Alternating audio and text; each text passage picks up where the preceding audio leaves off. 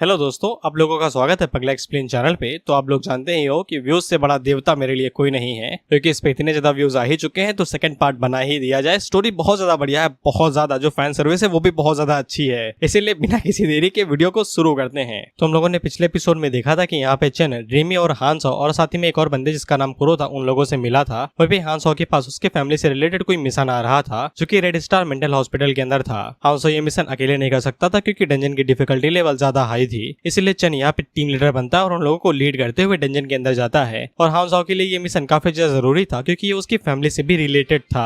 और यहीं पे वीडियो खत्म हुआ था। इसलिए एपिसोड की शुरुआत में हम देखते हैं कि ये लोग डायरेक्ट डंजन के अंदर ही आ जाते हैं, जहाँ पे इनकी सबसे पहले मुलाकात एक क्रेजी नर्स मेड से होती है। But why see looks like horny. मैं इनसे बच के नहीं भागूंगा, उल्टा इनकी तरफ भागूंगा, जो होगा देखा जाएगा बाद में। कुरो आगे से कहता है कि अब समय आ चुका है कि अपनी स्ट्रेंथ का टेस्ट किया जाए। लेकिन हम लोग नर्स मेड को देखते हैं जो कुरो की तरफ भागते हुए कहती है, आई रे आई, प्यार बरसाने आई। और ये काफी तेज रफ्तार से भाग रहे थे, जैसे किसी कुत्ते ने रफ्ता लिया हो, एकदम फुल स्पीड से। हम लोगों को यहाँ पे कुरो का टैलेंट बताया जाता है जो कि एसएस टैलेंट था, जिसका नाम था फियर इनकारनेटर, यानी कि ये डर पैदा करता है, जिसकी झलक हम लोग नर्स मेड के ऊपर भी देखते हैं। वो इतना ज्यादा डर जाती है कि इसकी दिल की धड़कनें बहुत ज्यादा तेज होने लगती हैं। काश किसी लड़की की धड़कनें मुझे भी देख कितनी जोरों से धड़कती। ये ज्यादा गंदा जोक था। लेकिन हम लोग कुरो को देखते हैं जो कि यहाँ पे इसी बात का फायदा उठाता है और वो अपनी एक स्किल का यूज करके, जिसका नाम फियर मोड ब्लास्ट था, यहाँ पे नर्स की हार्ट बीट को इतना ज्यादा बढ़ा देता है कि उसका दिल ब्लास्ट कर जाता है और वो बेचारी ऐसे ही मारी जाती है। बेसिकली हार्ट अटैक था। ये लोग यहाँ पे कुरो की एबिलिटी से काफी ज्यादा खुश हो जाते हैं और उससे कहते हैं कि तुम तो एकदम विलन की तरह लग रहे थे, काफी पावरफुल टैलेंट है तुम्हारा, बस एक ही डिसएडवांटेज है, अगर कैरेक्टर डरा नहीं तो क्या उखाड़ लोगे तुम उसका, डर के भरोसे ही तो हो तुम। खैर कुरो को यहाँ पे एक एबिलिटी मिलती है जो कि सामने एक ब्लास्ट करके थी। ये इतनी ज्यादा साउंड को यहाँ पे प्रोड्यूस करेगी जो आसपास के मॉन्स्टर होंगे वो तुम्हारी तरफ अट्रैक्ट हो जाएंगे। हालांकि कुरो के लिए ये एबिलिटी ज्यादा काम की नहीं थी, लेकिन चेन आगे से कहता है ये एबिलिटी यहाँ पे मेंटल टाइप की है, इसलिए ड्रीमी के लिए ज्यादा बेहतर रह सकती है। इसलिए कुरो यहाँ पे एबिलिटी ड्रीमी को देता है और ड्रीमी बहुत जल्दी सीख भी लेती है।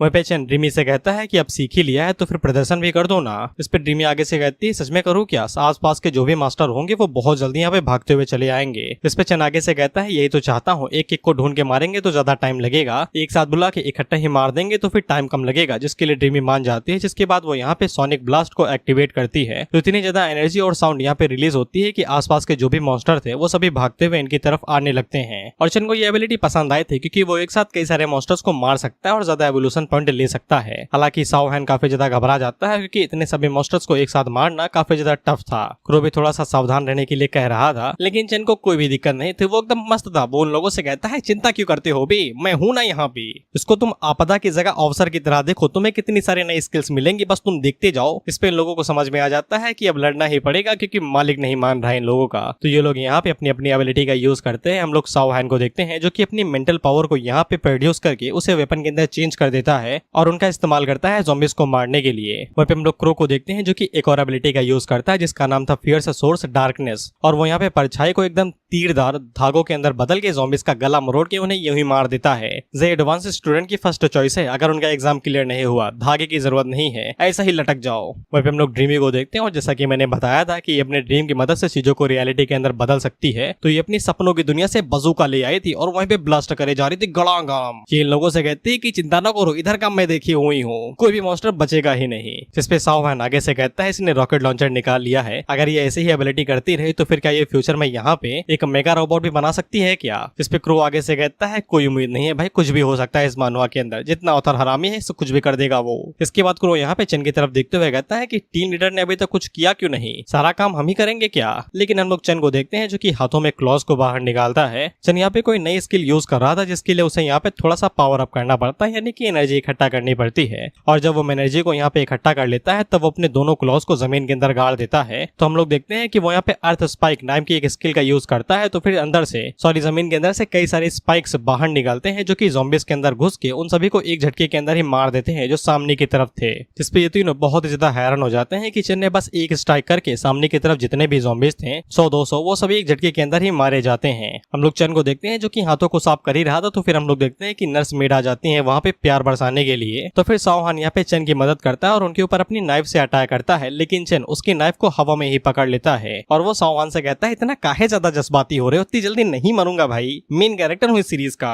और वो उन्हें बताता है कि ये दोनों मिनी बॉसेस को मैंने ऐसे ही छोड़ दिया था, कुछ एक्सपेरिमेंट करने हैं। तो हम लोग देखते हैं कि चेन अपने शैडोज को यहाँ पे धागों के अंदर बदलता है और BDSM स्टाइल में इन्हें बांध देता है। वहीं पे साओ हैन को सदमा लग गया था कि चेन ने खाली हाथों से उसकी स्पिरिट नाइफ्स को पकड़ लिया, जो कि नामुमकिन सा है। यहाँ पे चेन के पास दोबारा एक नोटिफिकेशन आता है जो कि उसे वही बात बताता है जो पहले भी बताए थे कि अब वो अपने टारगेट्स के यहाँ पे मेमोरीज और उनकी एबिलिटी को ले सकता है, बस बहुत ज्यादा कम चांस से एबिलिटी मिलेंगी, बाकी वो मेमोरीज को रीड कर सकता है। इसीलिए चेन यहाँ पे इन दोनों नर्सेस के ऊपर मेमोरी रीडिंग एबिलिटी का इस्तेमाल करता है। तो फिर उन्हें इन नर्सेस की यहाँ पे पास्ट लाइफ दिखाई जाती है, यानी कि ज़ॉम्बी बनने से पहले। तो इनके ऊपर यहाँ पे सैक्रिफाइजल रिचुअल किया जा रहा था, बेसिकली इन्हें मार दिया जा रहा था। और यहाँ पे सैक्रिफाइस सिर्फ एक नर्स का नहीं बल्कि कई सारी नर्सेस का किया गया था, और इन नर्सेस को सैक्रिफाइस करने वाला इनके ही हॉस्पिटल का एक डॉक्टर था, ये बड़वा। ये एक नर्स से कहता है क्या हुआ भाई, मन से इतनी ज्यादा कमजोर कैसे हो सकती हो, मैं तुमको अपने मास्टर को कैसे ऑफर करूंगा, तुम्हारा इस्तेमाल अगले महीने के सिर्फ सैक्रिफाइस के लिए ही होगा और कुछ भी नहीं। वहीं पे हम लोग हॉस्पिटल की बाकी नर्सेस को देखते हैं और ये एकदम चिल थी। ये आगे से कहती हैं नर्स कैंग के साथ जो हुआ सो हुआ, ज्यादा चिंता ना करो। ये काली वाली भी आगे से कहती है कि हाँ मैं भी उन्हें पसंद करती थी और अब तक यहाँ पे 16 नर्सेस की बलि चढ़ चुकी है।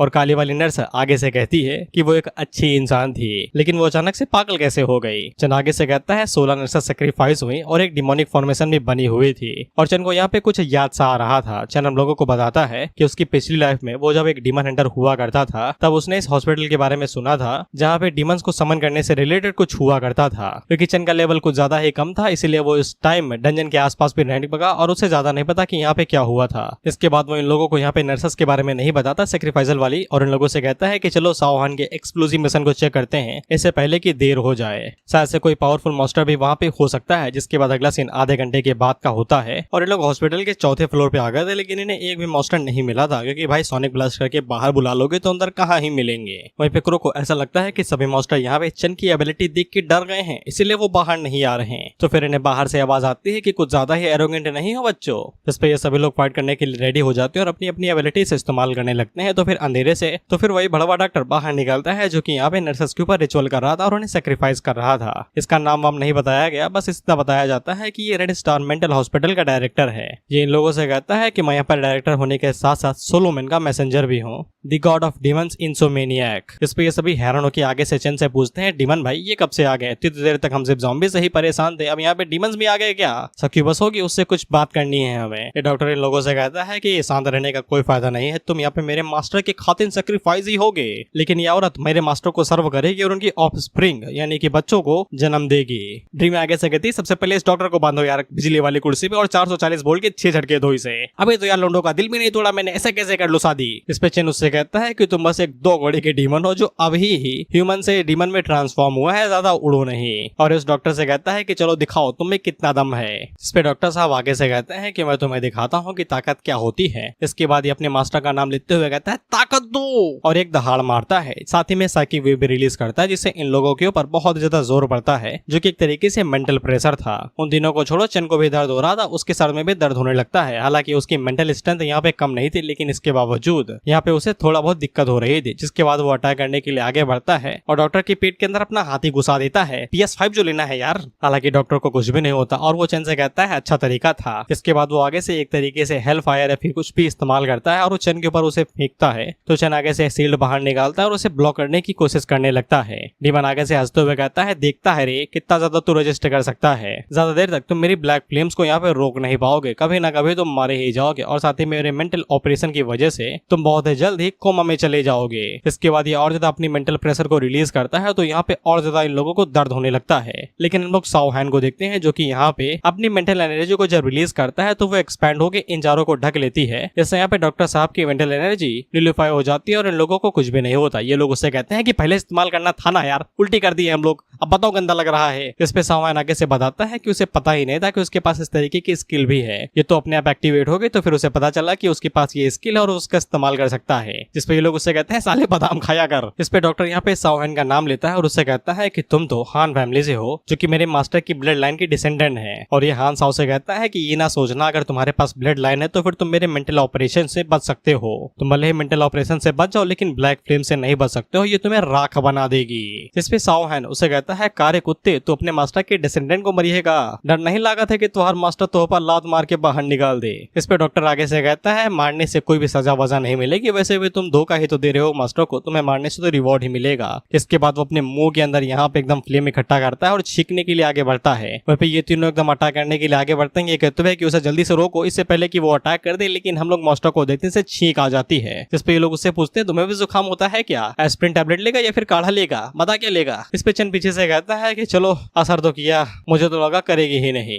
डीमन दादा हम तुमसे यही बात कहना चाहे तो हाँ डीमन बॉडी बहुत ही लाजवाब बा। साला मेरे वायरस को तुम पे ये काम करने के लिए बहुत ज्यादा टाइम लग गया। इस पे डीमन उसे छींकते हुए कहता है और खांसते हुए भी कि तुमने ये क्या किया मेरे साथ। इस पे चन उसे बताता है कि ये इसके लिए यहाँ पे एनिमीज को लगातार छींकने के लिए मजबूर करती है, लेकिन मैंने हाल ही में उसे थोड़ा बहुत अपग्रेड कर दिया। अब ये स्किल कहलाती है इन्फ्लुएंजा लंग इन्फेक्शन, यानी कि फेफड़ों में खुरामाती बैक्टीरिया। अब यहाँ पे इस स्किल के बारे में बताया जाता है। ये अनलिस करने के बाद ही टारगेट की बॉडी के अंदर घुसेगी। 1 से 10 मिनट फिजिक के ऊपर डिपेंड करता है, कितने ज्यादा स्ट्रॉन्ग उतना ज्यादा टाइम। फर्स्ट स्टेज के अंदर बॉडी के जितने भी एट्रीब्यूट्स होंगे वो धीरे धीरे गिरने लगेंगे। 4-5 तरह के डिजीजेस के रूप में यानी कि बीमारी के रूप में डिफॉर्म मिलेंगे, जैसे कि खांसी, बुखार, सर दर्द। और जब यहाँ पे स्पेल थोड़ा सा चार्ज हो जाएगा तो वो यहाँ पे छींकों में बदल जाएगा, जिससे अटैक करने में तकलीफ होगी और धीरे धीरे करके पूरी तरीके से एबिलिटीज फेलियर में बदल जाएंगी। और जब यहाँ पे फिजिक 50% से कम चली जाएगी तो फिर सेकंड स्टेज शुरू हो जाएगी। डीमन चन से कहता है का कि अरे तू हमारे साथ। सेकंड फेज जैसे ही शुरू होगा तो फिर जितने भी एबिलिटीज होंगी वो 90% से खराब ही हो जाएंगी और जो 4-5 तरह के डिबफ्स थे वो और ज्यादा बढ़ जाएंगे। डीमन दादा आगे से कहते हैं कि मैं पहले ही हायर बीइंग हूं, साला मुझे जुकाम कैसे हो सकता है?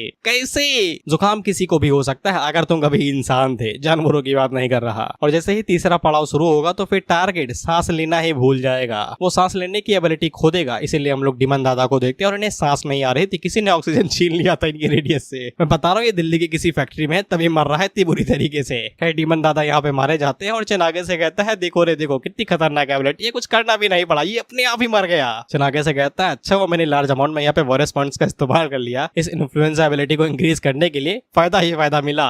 डीमन जैसे ही मारा जाता है तो फिर यहाँ पे चन को 12 लेवल के बॉस को मारने के बदले में 30,000 पॉइंट मिलते हैं और बाकी लोगों को इतने ही मिले थे। टीम जो है वह चन पीछे मुड़ के इन लोगों की तरफ देखता है तो इन्होंने मुंह पे हाथ रखा हुआ था और ये घबराए हुए थे कहीं हमें भी वायरस ना फैल जाए। चन लोगों से पूछता है का हुआ रे, काहे इतना ज्यादा अजीबोगरीब नजरों से देख रहे हो? इस पे ये लोग आगे से कहते हैं हमें वायरस नहीं चाहिए, हम लोग बीमार नहीं होना चाहते। चन आगे से कहता है चिंता ना करो, जब तक मैं तुम्हें टारगेट नहीं करता ये फैलेगा नहीं, साले कोरोना थोड़ी ना हूं मैं, 2 गज की दूरी बना के घूम रहे हो। जिस पे इन्हें भी चैन की सांस आती है कि चलो बीमारी फैलती नहीं है। तो फिर लोग चन की यहाँ पे तारीफ करने लगते हैं कि तुम्हारी स्किल तो इनविंसिबल है। चन आगे से कहता है मक्खन न लगाओ, ये सबसे कमजोर डीमन था, इसके जैसे 4-5 और होंगे जो अगर इससे स्ट्रॉन्ग हुए तो फिर उन्हें सांस लेने की भी जरूरत नहीं है, उनके ऊपर ये वायरस कुछ भी काम नहीं करेगा। इसके बाद चन इन लोगों से कहता है कि मुझे यहाँ पे नोटिफिकेशन मिला है डंजन क्लियर करने का, इसके लिए हम लोग यहाँ पे स्ट्रेटेजी वीडियो रिलीज कर सकते हैं। और वो सावहान से पूछता है तुम्हारे मिशन के बारे में क्या, तो सावहान आगे से बताता है उसका मिशन अभी तक कंप्लीट नहीं हुआ है। इससे चन को समझ में आ जाता है कि इस डंजन के अंदर डंजन है यानी कि हिडन डंजन, उसको जल्दी ही ढूंढना पड़ेगा। लेकिन चन यहाँ पे जो डंजन अभी क्लियर किया था उसकी वीडियो अपलोड करना चाहता था, तो वो उन लोगों से पूछता है कि फेस वेस छुपाना है कि या फिर ऐसे ही रहने दूं। तो ये लोग आगे से कहते हैं कि सब कुछ छुपा लो भाई, अभी फेमस नहीं होना चाहते हैं हम लोग, अगर किसी को पता चल गया तो वो लोग हमें टारगेट करने लगेंगे। जिसके लिए चन मान जाता है, जिसके बाद ये लोग अपना सभी रंग रूप छुपा लेते हैं और वीडियो को रिलीज कर देते हैं। और वीडियो देखना एक दिन के चाय सुट्टे के बराबर ही थी, इसलिए हर कोई वीडियो देखता ही है। बेसिकली ये गाइडेंस की तरह ही है, अगर सीख लोगे तो डंजन जल्दी क्लियर कर पाओगे। इसलिए हर कोई यहाँ पे वीडियो को देख रहा था, सॉन्ग में वीडियो देख रहे थे, साथ ही में सीवी भी वीडियो देख रहे थी। वहीं पे हम लोग एक और बंदे को देखते हैं जिसके सफेद बाल थे, और तू भाई बैक शॉट ले रहा है क्या जो इस तरीके से वीडियो देख रहा है, खड़ा होके देख ले। इसके बाद हम लोग सीवी और उसके दोस्तों को दोबारा देखते हैं जो कि यहाँ पे चन की ही वीडियो को देख रहे थे। वहीं पे वो सभी लोग चन के हिडन क्लॉज के बारे में बात कर रहे थे कि ये हवा में आए या फिर बॉडी से निकले हैं। इसके बाद सीवी अपने उन दोस्तों से कहती है जिन्हें लगता है कि चन झूठ बोल रहा था, कि तुमने देखा ना कि चन ने क्या कहा था, उसके स्टंट को देख के क्या तुम्हें लगता है कि वो फ्रॉड है? वहीं जो चश्मिश था वो आगे से कहता है कि हाँ ये तो चन ही है ना, लेकिन इन्हें भी शक था। ये आगे से यही कहते हैं कि इससे तो सिर्फ उसकी कॉम्बैट एबिलिटीज प्रूव होती हैं, इस बात की क्या गारंटी है कि उसने जो कुछ भी कहा है और जो होम शेल्टर बताया है वो एकदम सच है। वहीं पे इन लोगों को अब तो चन के ऊपर और ज्यादा शक होने लगा था। इन्हें ऐसा लगता है कि चन उस वेयर हाउस का इस्तेमाल खुद की एबिलिटीज को बढ़ाने के लिए करता है और वहां पे रखे हुए लोगों को निगल जाता है, वो खुद एक मॉन्स्टर हो सकता है। इस पे सीवी लोगों से कहती है कौन सा माल फूका है या फिर गांजे को दूध में मिला के पी गए हो, सलाह शक की एक हद होती है, कुछ तो दिमाग लगाओ अपना, उसने तुम लोगों को वेपन भी दिया था। इसके बाद सीवी एक और वीडियो निकालते हैं जो कि चन के उस वेयर हाउस की थी जहाँ पे उस मीट बॉल को लगा दिया गया था जो कि ज़ॉम्बीज़ को आते ही निकाल ले रही थी, और ये इनफिनाइट है। सीवी के दोस्त आगे से पूछती है कि ये किस टाइप का मॉन्स्टर है, तो फिर सीवी आगे से बताती है कि सोंगे ने ये वीडियो उसे भेजी है, चलो एक साथ देखते हैं। जिसके बाद ये सभी लोग उस वीडियो को एक साथ देखते हैं। तो फिर यहाँ पे जियांगचन विला एरिया के बारे में बताया जा रहा था जहाँ पे सिस्टम एकदम प्रूफ था। आउटसाइड के ज़ॉम्बी जैसे ही इस वॉल के पास आते हैं तो वॉल उन्हें खा लेती है और अपनी एबिलिटी बढ़ाती है। इसके बाद वो यहाँ पे उस जगह को भी दिखाती है जहाँ पे खाना पीना रखा जाता है, फुल सुविधा है, बस एक कॉपर कॉइन दो और सारा माल पी लो, कोई दिक्कत नहीं है। जिसके बाद वो अपने घर को दिखाते हुए कहती है कि ये वही घर है जहाँ पे मैं पहले रहती थी और अभी भी रह रही हूँ। इस जगह पे ज्यादातर लोग तो नहीं आ पाते हैं, लेकिन अगर आप आते हो तो फिर हर कोई यहाँ पे सेव रहेगा।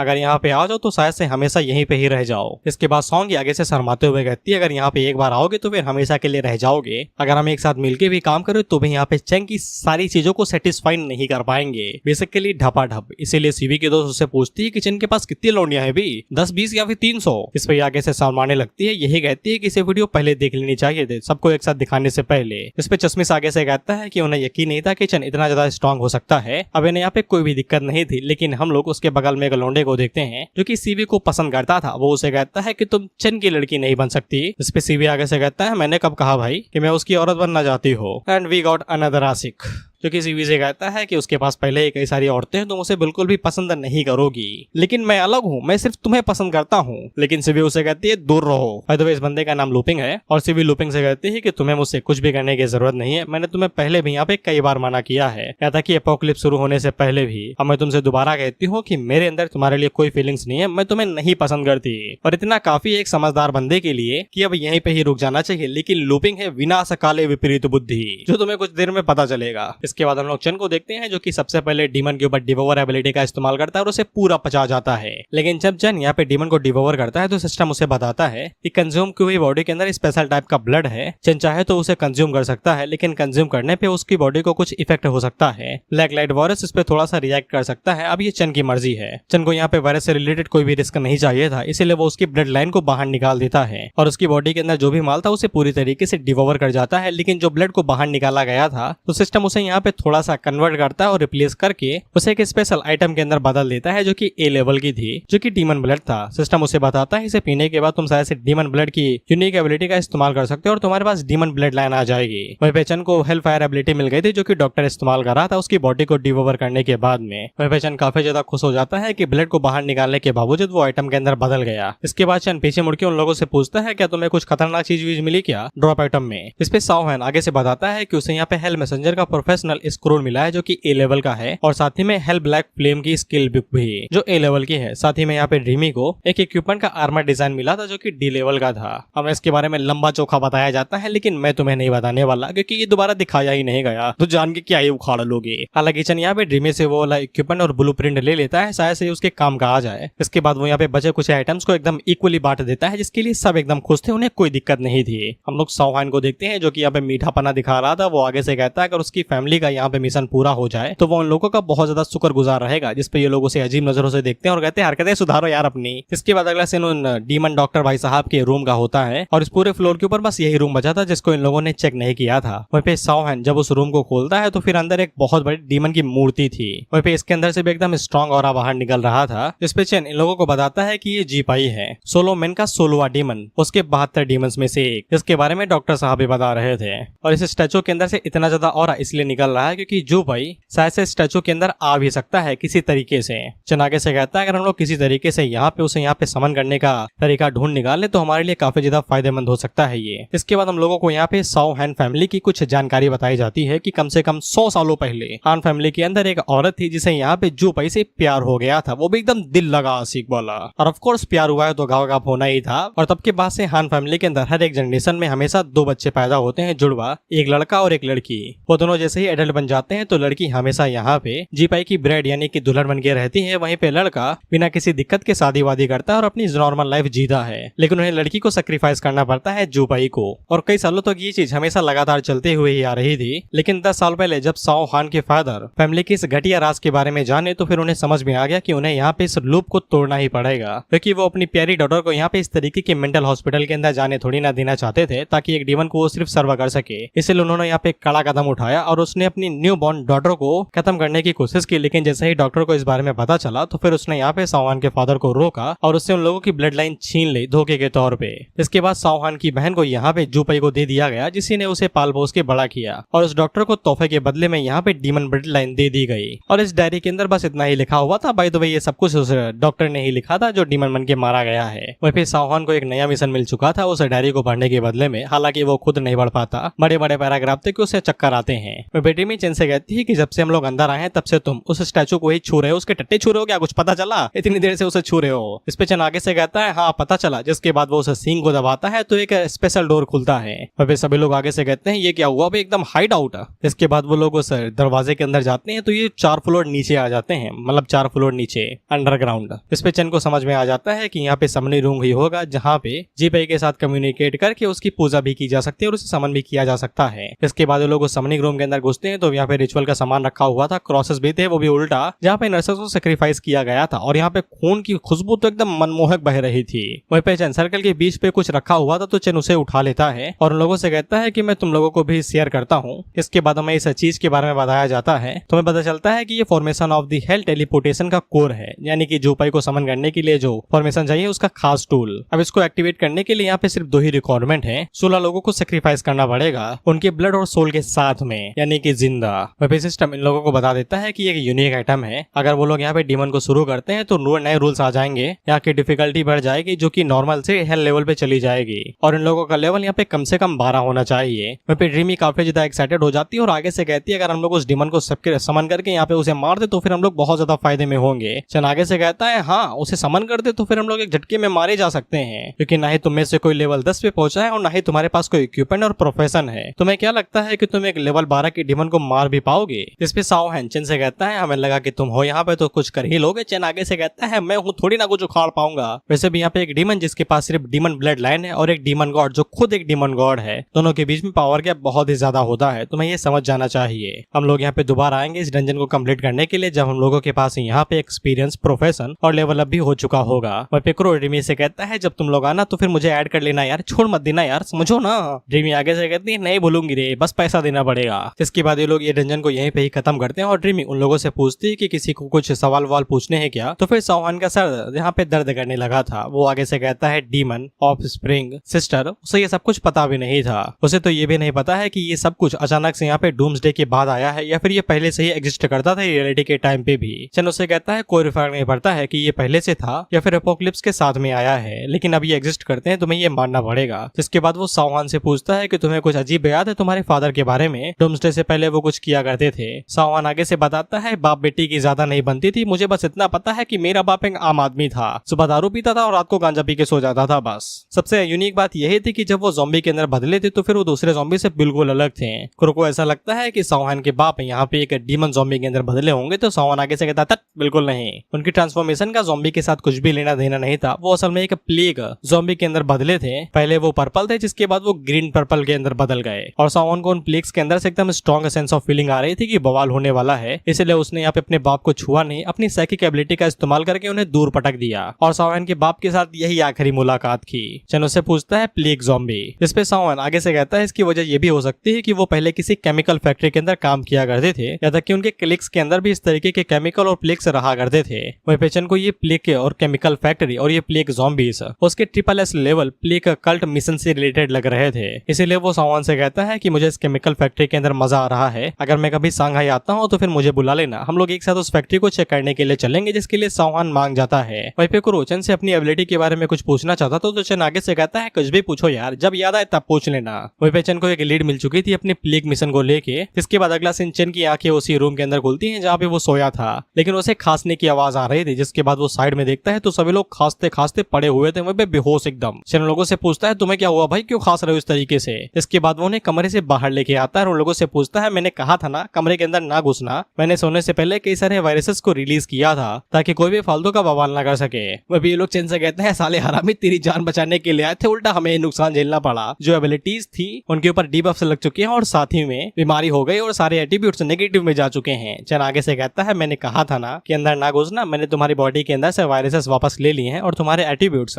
कुछ देर में नॉर्मल हो जाएंगे। मैं चला उसे जियांग लूपिंग फूपिंग कुछ तो नाम था उससे पूछने के लिए, तो फिर जीवी उसके पास आती है और उसे बताती है उसका नाम जियांग लूपिंग है और वो असल में तुम्हें मारने के लिए कमरे में घुसा था। चैन आगे से पूछता है मुझे मारने के लिए क्या वजह थी भाई। इस पे सीवी उसे बताती है कि लूपिंग और उसका दोस्त इस बात के ऊपर यकीन नहीं कर रहे थे जो तुमने यहाँ पे सेटलमेंट के बारे में बताई थी, इसीलिए सीवी को यहाँ पे उन्हें वीडियो दिखानी पड़ी, लेकिन इस वीडियो के अंदर सोंगी ने कुछ अपमानजनक बातें कर दी जो तुम्हें पहले से ही पता है, रिपीट नहीं करूंगा। सीवी आगे से कहती है कि मैंने उसे कई बार रिजेक्ट किया, लेकिन उसे ऐसा लगता है कि ये सब कुछ तुम्हारी वजह से हो रहा है, इसलिए उसने तुम्हें मारने की कोशिश की, ये कहते हुए इन सभी चीजों की वजह तुम ही हो, अगर तुम्हें मार दिया जाए तो सब कुछ ठीक हो जाएगा। चन आगे से कहता है ये कैसा लॉजिक है बे, विनाश काले विपरीत बुद्धि। इस पे सीवी आगे से कहती है कि ये सब कुछ काफी लंबे टाइम से चल रहा है। सीवी यहाँ पे जिस भी किसी मेल फ्रेंड के साथ बात करने की कोशिश करती तो वो हमेशा उन्हें पीट पाट के बाहर फेंक देता। कहता कि लुपिंग ने उसके चाइल्डहुड फ्रेंड को भी लात मार के उसके स्कूल से भगा दिया, ये ज्यादा था वैसे। लेकिन कॉलेज के अंदर जब से सॉन्गी उसको प्रोटेक्ट कर रही थी तो तब से वो उससे थोड़ा दूरी बना के रखा हुए था और वह ना ही किसी दूसरी लड़कियों के ऊपर चांस मार पा रहा था, यानी कि ये हरामी पहले से था।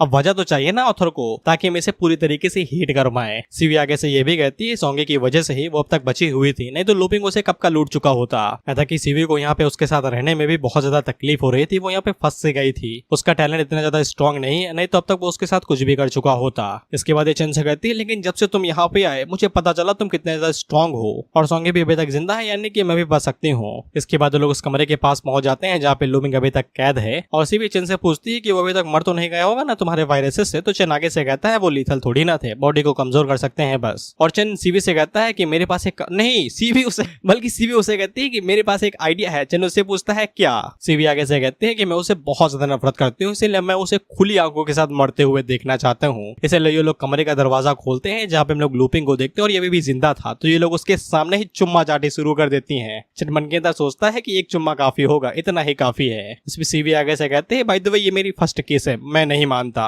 बाय द वे लुपिंग भैया got NTR death, that was cruel but I fucking don't care about it, क्योंकि विनाश काले विपरीत बुद्धि। इसके बाद अगला सीन 2 दिनों के बाद का और हम लोग चन को देखते हैं जो कि टार्जन की तरह बिलों से उधर उधर कूदते हुए जा रहा था। सॉन्ग इसके पास मैसेज करके उसे बताती है कि सीवी और उसके लोगों को हम लोगों ने पिकअप कर लिया है। और एक और चीज, यहाँ पे हाल ही में एक मिस्टीरियस चैट ग्रुप के बारे में बात कर रही है जो कि फुल ऑफ एक्सपर्ट से भरा हुआ है और ये ऐसा कर रहे हैं कि तुम उस चैट ग्रुप की लीडर हो। वो ग्रुप पूरी तरीके से पॉइजनर से साथ भरा हुआ है जिन लोगों ने अपनी एबिलिटीज को यहाँ पे डूम्सडे से पहले ही अवेकन कर लिया था, यानी कि ट्रायल से पहले। और सॉन्ग यहाँ पे चन से पूछती है कि ये बात सच है क्या। चन यहाँ पे सॉन्ग से कहता है ऑफ कोर्स ये बात सच है, भूल गए क्या, मैंने तुम्हें पहले ही बता दिया था कि डूम्सडे से पहले अपनी एबिलिटी को अवेकन कर लो, लेकिन तुम नहीं कर पाई थी। इस पे सॉन्ग यहाँ पे चन से पूछती है तो फिर क्या ये सभी एक्सपर्ट्स हमें फ्यूचर में मदद करेंगे और उन सभी बातों का क्या जो कि यहाँ पे चैट ग्रुप के अंदर हो रही है। चन उसे कहता है कि उसकी चिंता ना करो, मुझे उस पोस्ट भेज दो जिसके ऊपर ये सब कुछ लिखा हुआ है, मैं बस सब कुछ डिसाइड कर लूंगा। इसके बाद सॉन्ग यहाँ पे चन को वो पोस्ट भेज देती है। इसके बाद चन को वो पोस्ट दिखती है तो इसके ऊपर लंबा चौका लिखा हुआ था। इसका सारांश बस इतना सा ही है कि चन के चैट ग्रुप जिसका नाम चैट नंबर 1 है, उसके जितने भी मेंबर हैं वो ज्यादातर यहाँ पे उस टाइम पे अपने एबिलिटीज को अवेकन किए थे जब तक ट्रायल भी सही शुरू हुआ था, इसलिए इन सभी को एक्सपर्ट्स कहा जा रहा था।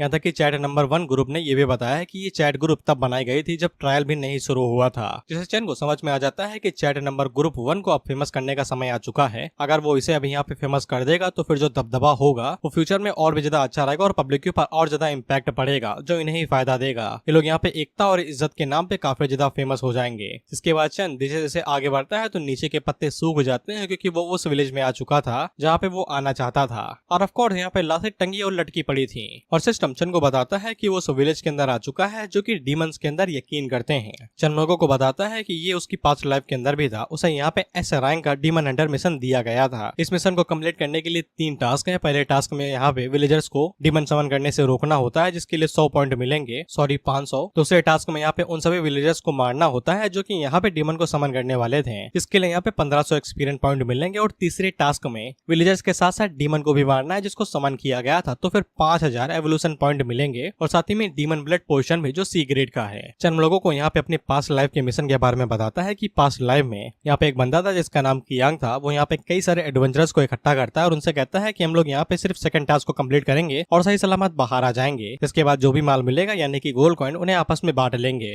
चंद को पिछली लाइफ में गोल्ड कॉइन की जरूरत थी तो फिर वो यहाँ पे कियांग की छोटी बातों में आ गया और वो इस मिशन के अंदर ज्वाइन हो गया। लेकिन कियांग ने जानबूझ के यहाँ पे सेकंड टास्क को मिशन फेल करवा दिया और विलेजर्स ने यहाँ पे डीमन को समन कर लिया। इसके बाद उसने अपने सभी टीममेट्स को लिया और इस बैटल से बाहर आ गया। सिर्फ अपने टीममेट्स को, बाकी वो जिसने दर्जनों इकट्ठा किए थे रैंडम एडवेंचरर्स को, उन्हें वहीं पे ही छोड़ दिया जो कि उस डीमन के साथ फाइट करके उस डीमन को कमजोर कर रहे थे और ये उस कियांग का मकसद था। इसके बाद कियांग और उसके टीममेट्स ने डीमन को मार दिया और जो रैंडम मिशन से भागने यानी कि विलेज से भागने की कोशिश कर रहे थे तो फिर कियांग और उसके ग्रुप वालों ने उन्हें मार दिया, यानी कि उनके पास वापस जाने का भी कोई मौका नहीं था। कियांग ने यहाँ पे कम से कम 100 लोगों को इकट्ठा किया था इस मिशन के लिए। जब उन्हें समझ में आ गया कि वो लोग यहाँ से वापस नहीं जा सकते नहीं तो कियांग उन्हें मार देगा, इसलिए उन लोगों ने यहाँ पे डीमन के साथ लड़ने का ही फैसला किया। लेकिन उनमें से कोई भी उस डीमन के खिलाफ जीत नहीं पाया और उस डीमन ने उन सभी को मार दिया। और जब डीमन एकदम थक हार के कमजोर हो गया तो फिर कियांग और उसकी टीम वाले आगे बढ़े और डीमन को मार दिला दिया। लेकिन उसने कभी सोचा भी नहीं था कि चन जिंदा बच जाएगा। चन को पता था अगर कियांग ने उसे ढूंढ लिया तो फिर वो लोग उसे मार ही देंगे,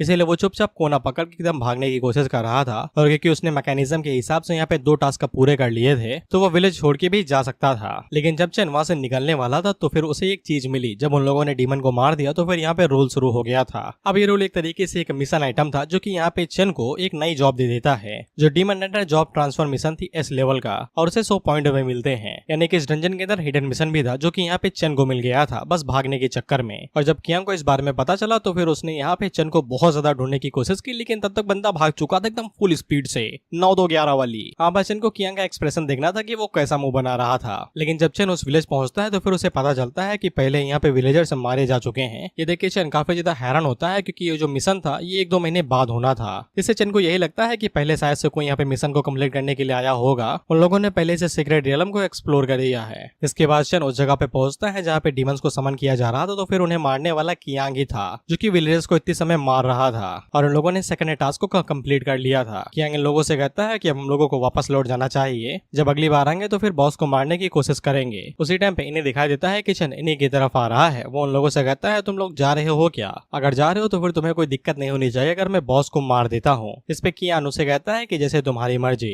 इसे चेन को समझ में आ जाता है कि कियान को इस रियलम के बारे में पहले से ही पता चल चुका था। उसने बाद में प्लान बनाया होगा कि सभी लोगों को बलि का बकरा बना के बॉस को मारते हैं। कियान जाते हुए चेन को बता जाता है कि बॉस के लेवल 11 है, तो फिर संभल के। चेन आगे से कहता है तुम चिंता ना करो, मैं सब कुछ देख लूंगा। इसके बाद हम लोग चेन को देखते हैं जो कि डीमन को बुला लेता है, तो वो डीमन बाहर निकल के चेन से कहता है कीड़े तुझे मुझसे डर नहीं लगता है क्या? अपनी मौत एक्सेप्ट कर ले।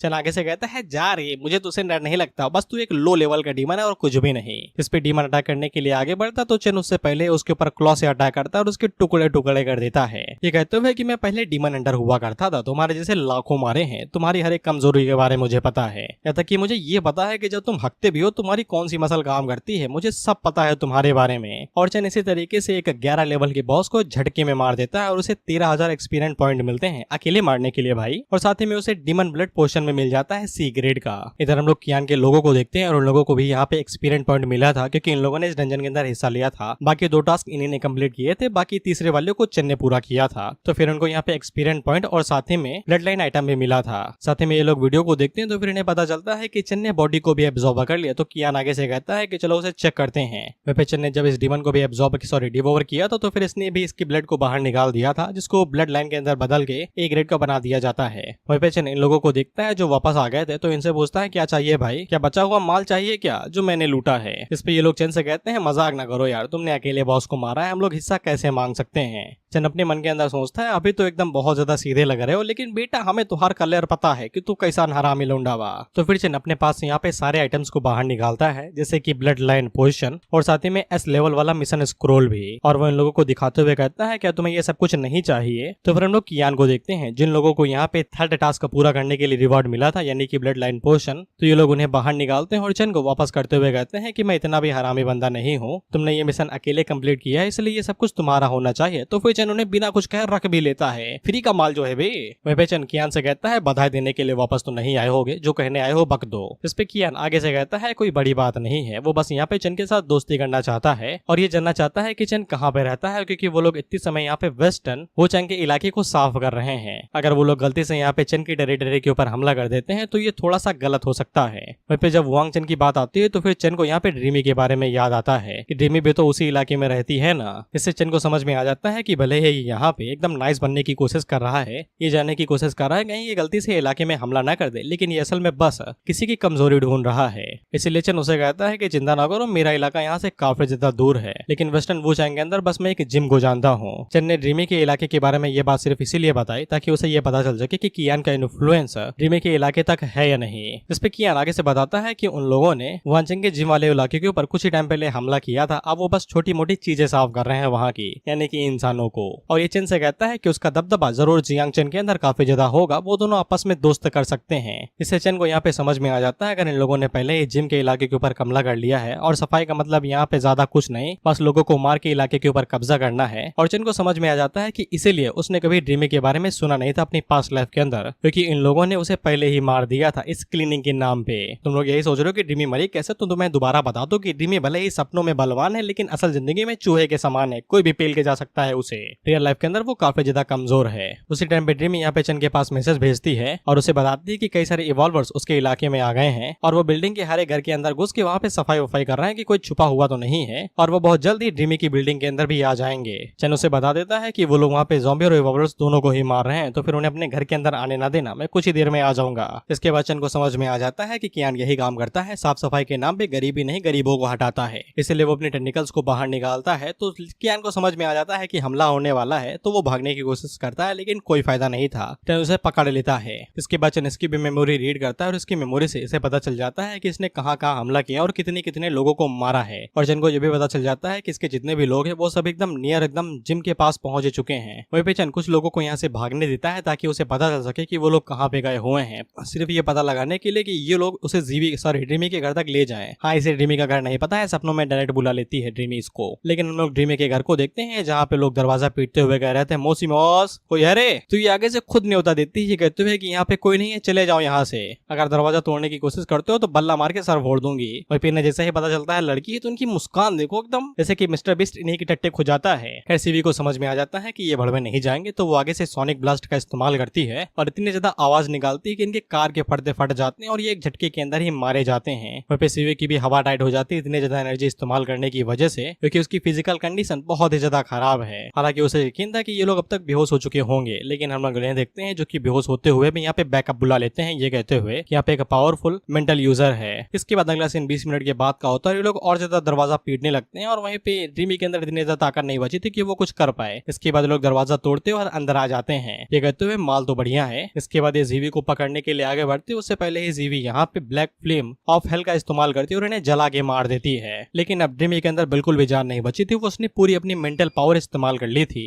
और एकदम बुरी तरीके से सांस लेने लगती है। उसी टाइम पे ये लोग बाहर निकलते हैं, जैसे के लिए लोगों ने चारा पहले भेजा था। ये लोग आगे से कहते हैं कभी ये बेचारी कुछ भी नहीं कर पाएगी, ये तो थक चुकी है। तो फिर ये खिड़की की तरफ आगे बढ़ने लगती है, ये कहते हुए कि कूद के मर जाऊंगी लेकिन कुत्तों के हाथ नहीं लगूंगी। लेकिन ये लोग उसे रोकने लगते हैं। यहाँ पे तो उनकी रिएक्शन देखो, जीप देखो कैसे लपलपाली, साले रसल मलाई नहीं है, पसीना रहता है वहाँ पे, छी। और ऑफ कोर्स हीरो यहाँ पे आता है और खिड़की तोड़ के सटाक से इन दोनों के ऊपर लात मारता है और उनकी बत्ती से तोड़ के इन्हें दूर फेंक देता है। तो ड्रीमी चेन से कहती है मास्टर माफ कर दो, मैं सीखने में ज्यादा बेहतर नहीं हूँ। तो चेन आगे से कहता है मैंने कब कहा कि तुम आइंस्टाइन की बिटिया हो, चुपचाप सो जाओ, आप सब कुछ मेरे ऊपर छोड़ दो। और वो उन लोगों से कहता है कि जो कोई भी मेरे स्टूडेंट को बुली करेंगे वो जिंदा यहाँ से बाहर नहीं जाएंगे, एकदम मीन कैरेक्टर वाली वॉइस। इस पे ये लोग भाई तलवार वलवार बाहर निकाल लेते हैं और ये लोग चेन को एकदम कद्दू प्याज समझ रहे थे, ये तो है काट ही देंगे साले को। तो फिर ये लोग अटैक करने के लिए आगे बढ़ते कि उससे पहले चेन लोगों के ऊपर अटैक करता है और इन्हें चीर फाड़ देता है। इसके बाद यहाँ पे कोई भी नहीं बचा था, तो चेन पीछे मुड़ के ड्रीमी की तरफ देखता है तो ड्रीमी के हालात खराब थे, वो थक चुकी थी बहुत ही ज्यादा, उसे सांस लेने में तक दिक्कत हो रही थी। चेन को समझ में आ जाता है कि मेंटल पावर पूरी तरीके से इस्तेमाल करने की वजह से अब उसे सांस लेने में दिक्कत हो रही है, सर दर्द हो रहा है और उसे भ्रम भी हो रहे हैं। और जब चेन का सारा फोकस यहाँ पे ड्रीमी के ऊपर था तो पीछे से एक बंदा कुल्हाड़ी लेके बाहर निकलता है, लेकिन चेन अर्थ स्पाइक का इस्तेमाल करता है और उसके सीने को चीर देता है, जैसे हम लोग पकड़ियों को चीर देते हैं शादी बारात में। जिसके बाद चेन अपनी फर्स्ट स्टेशन यहाँ पे मुर्दों के ऊपर निकालता है और अर्थ स्पाइक का इस्तेमाल करते हुए जो मरे नहीं थे उन्हें भी मार देता है और जो मर चुके थे दोबारा उन्हें मार देता है,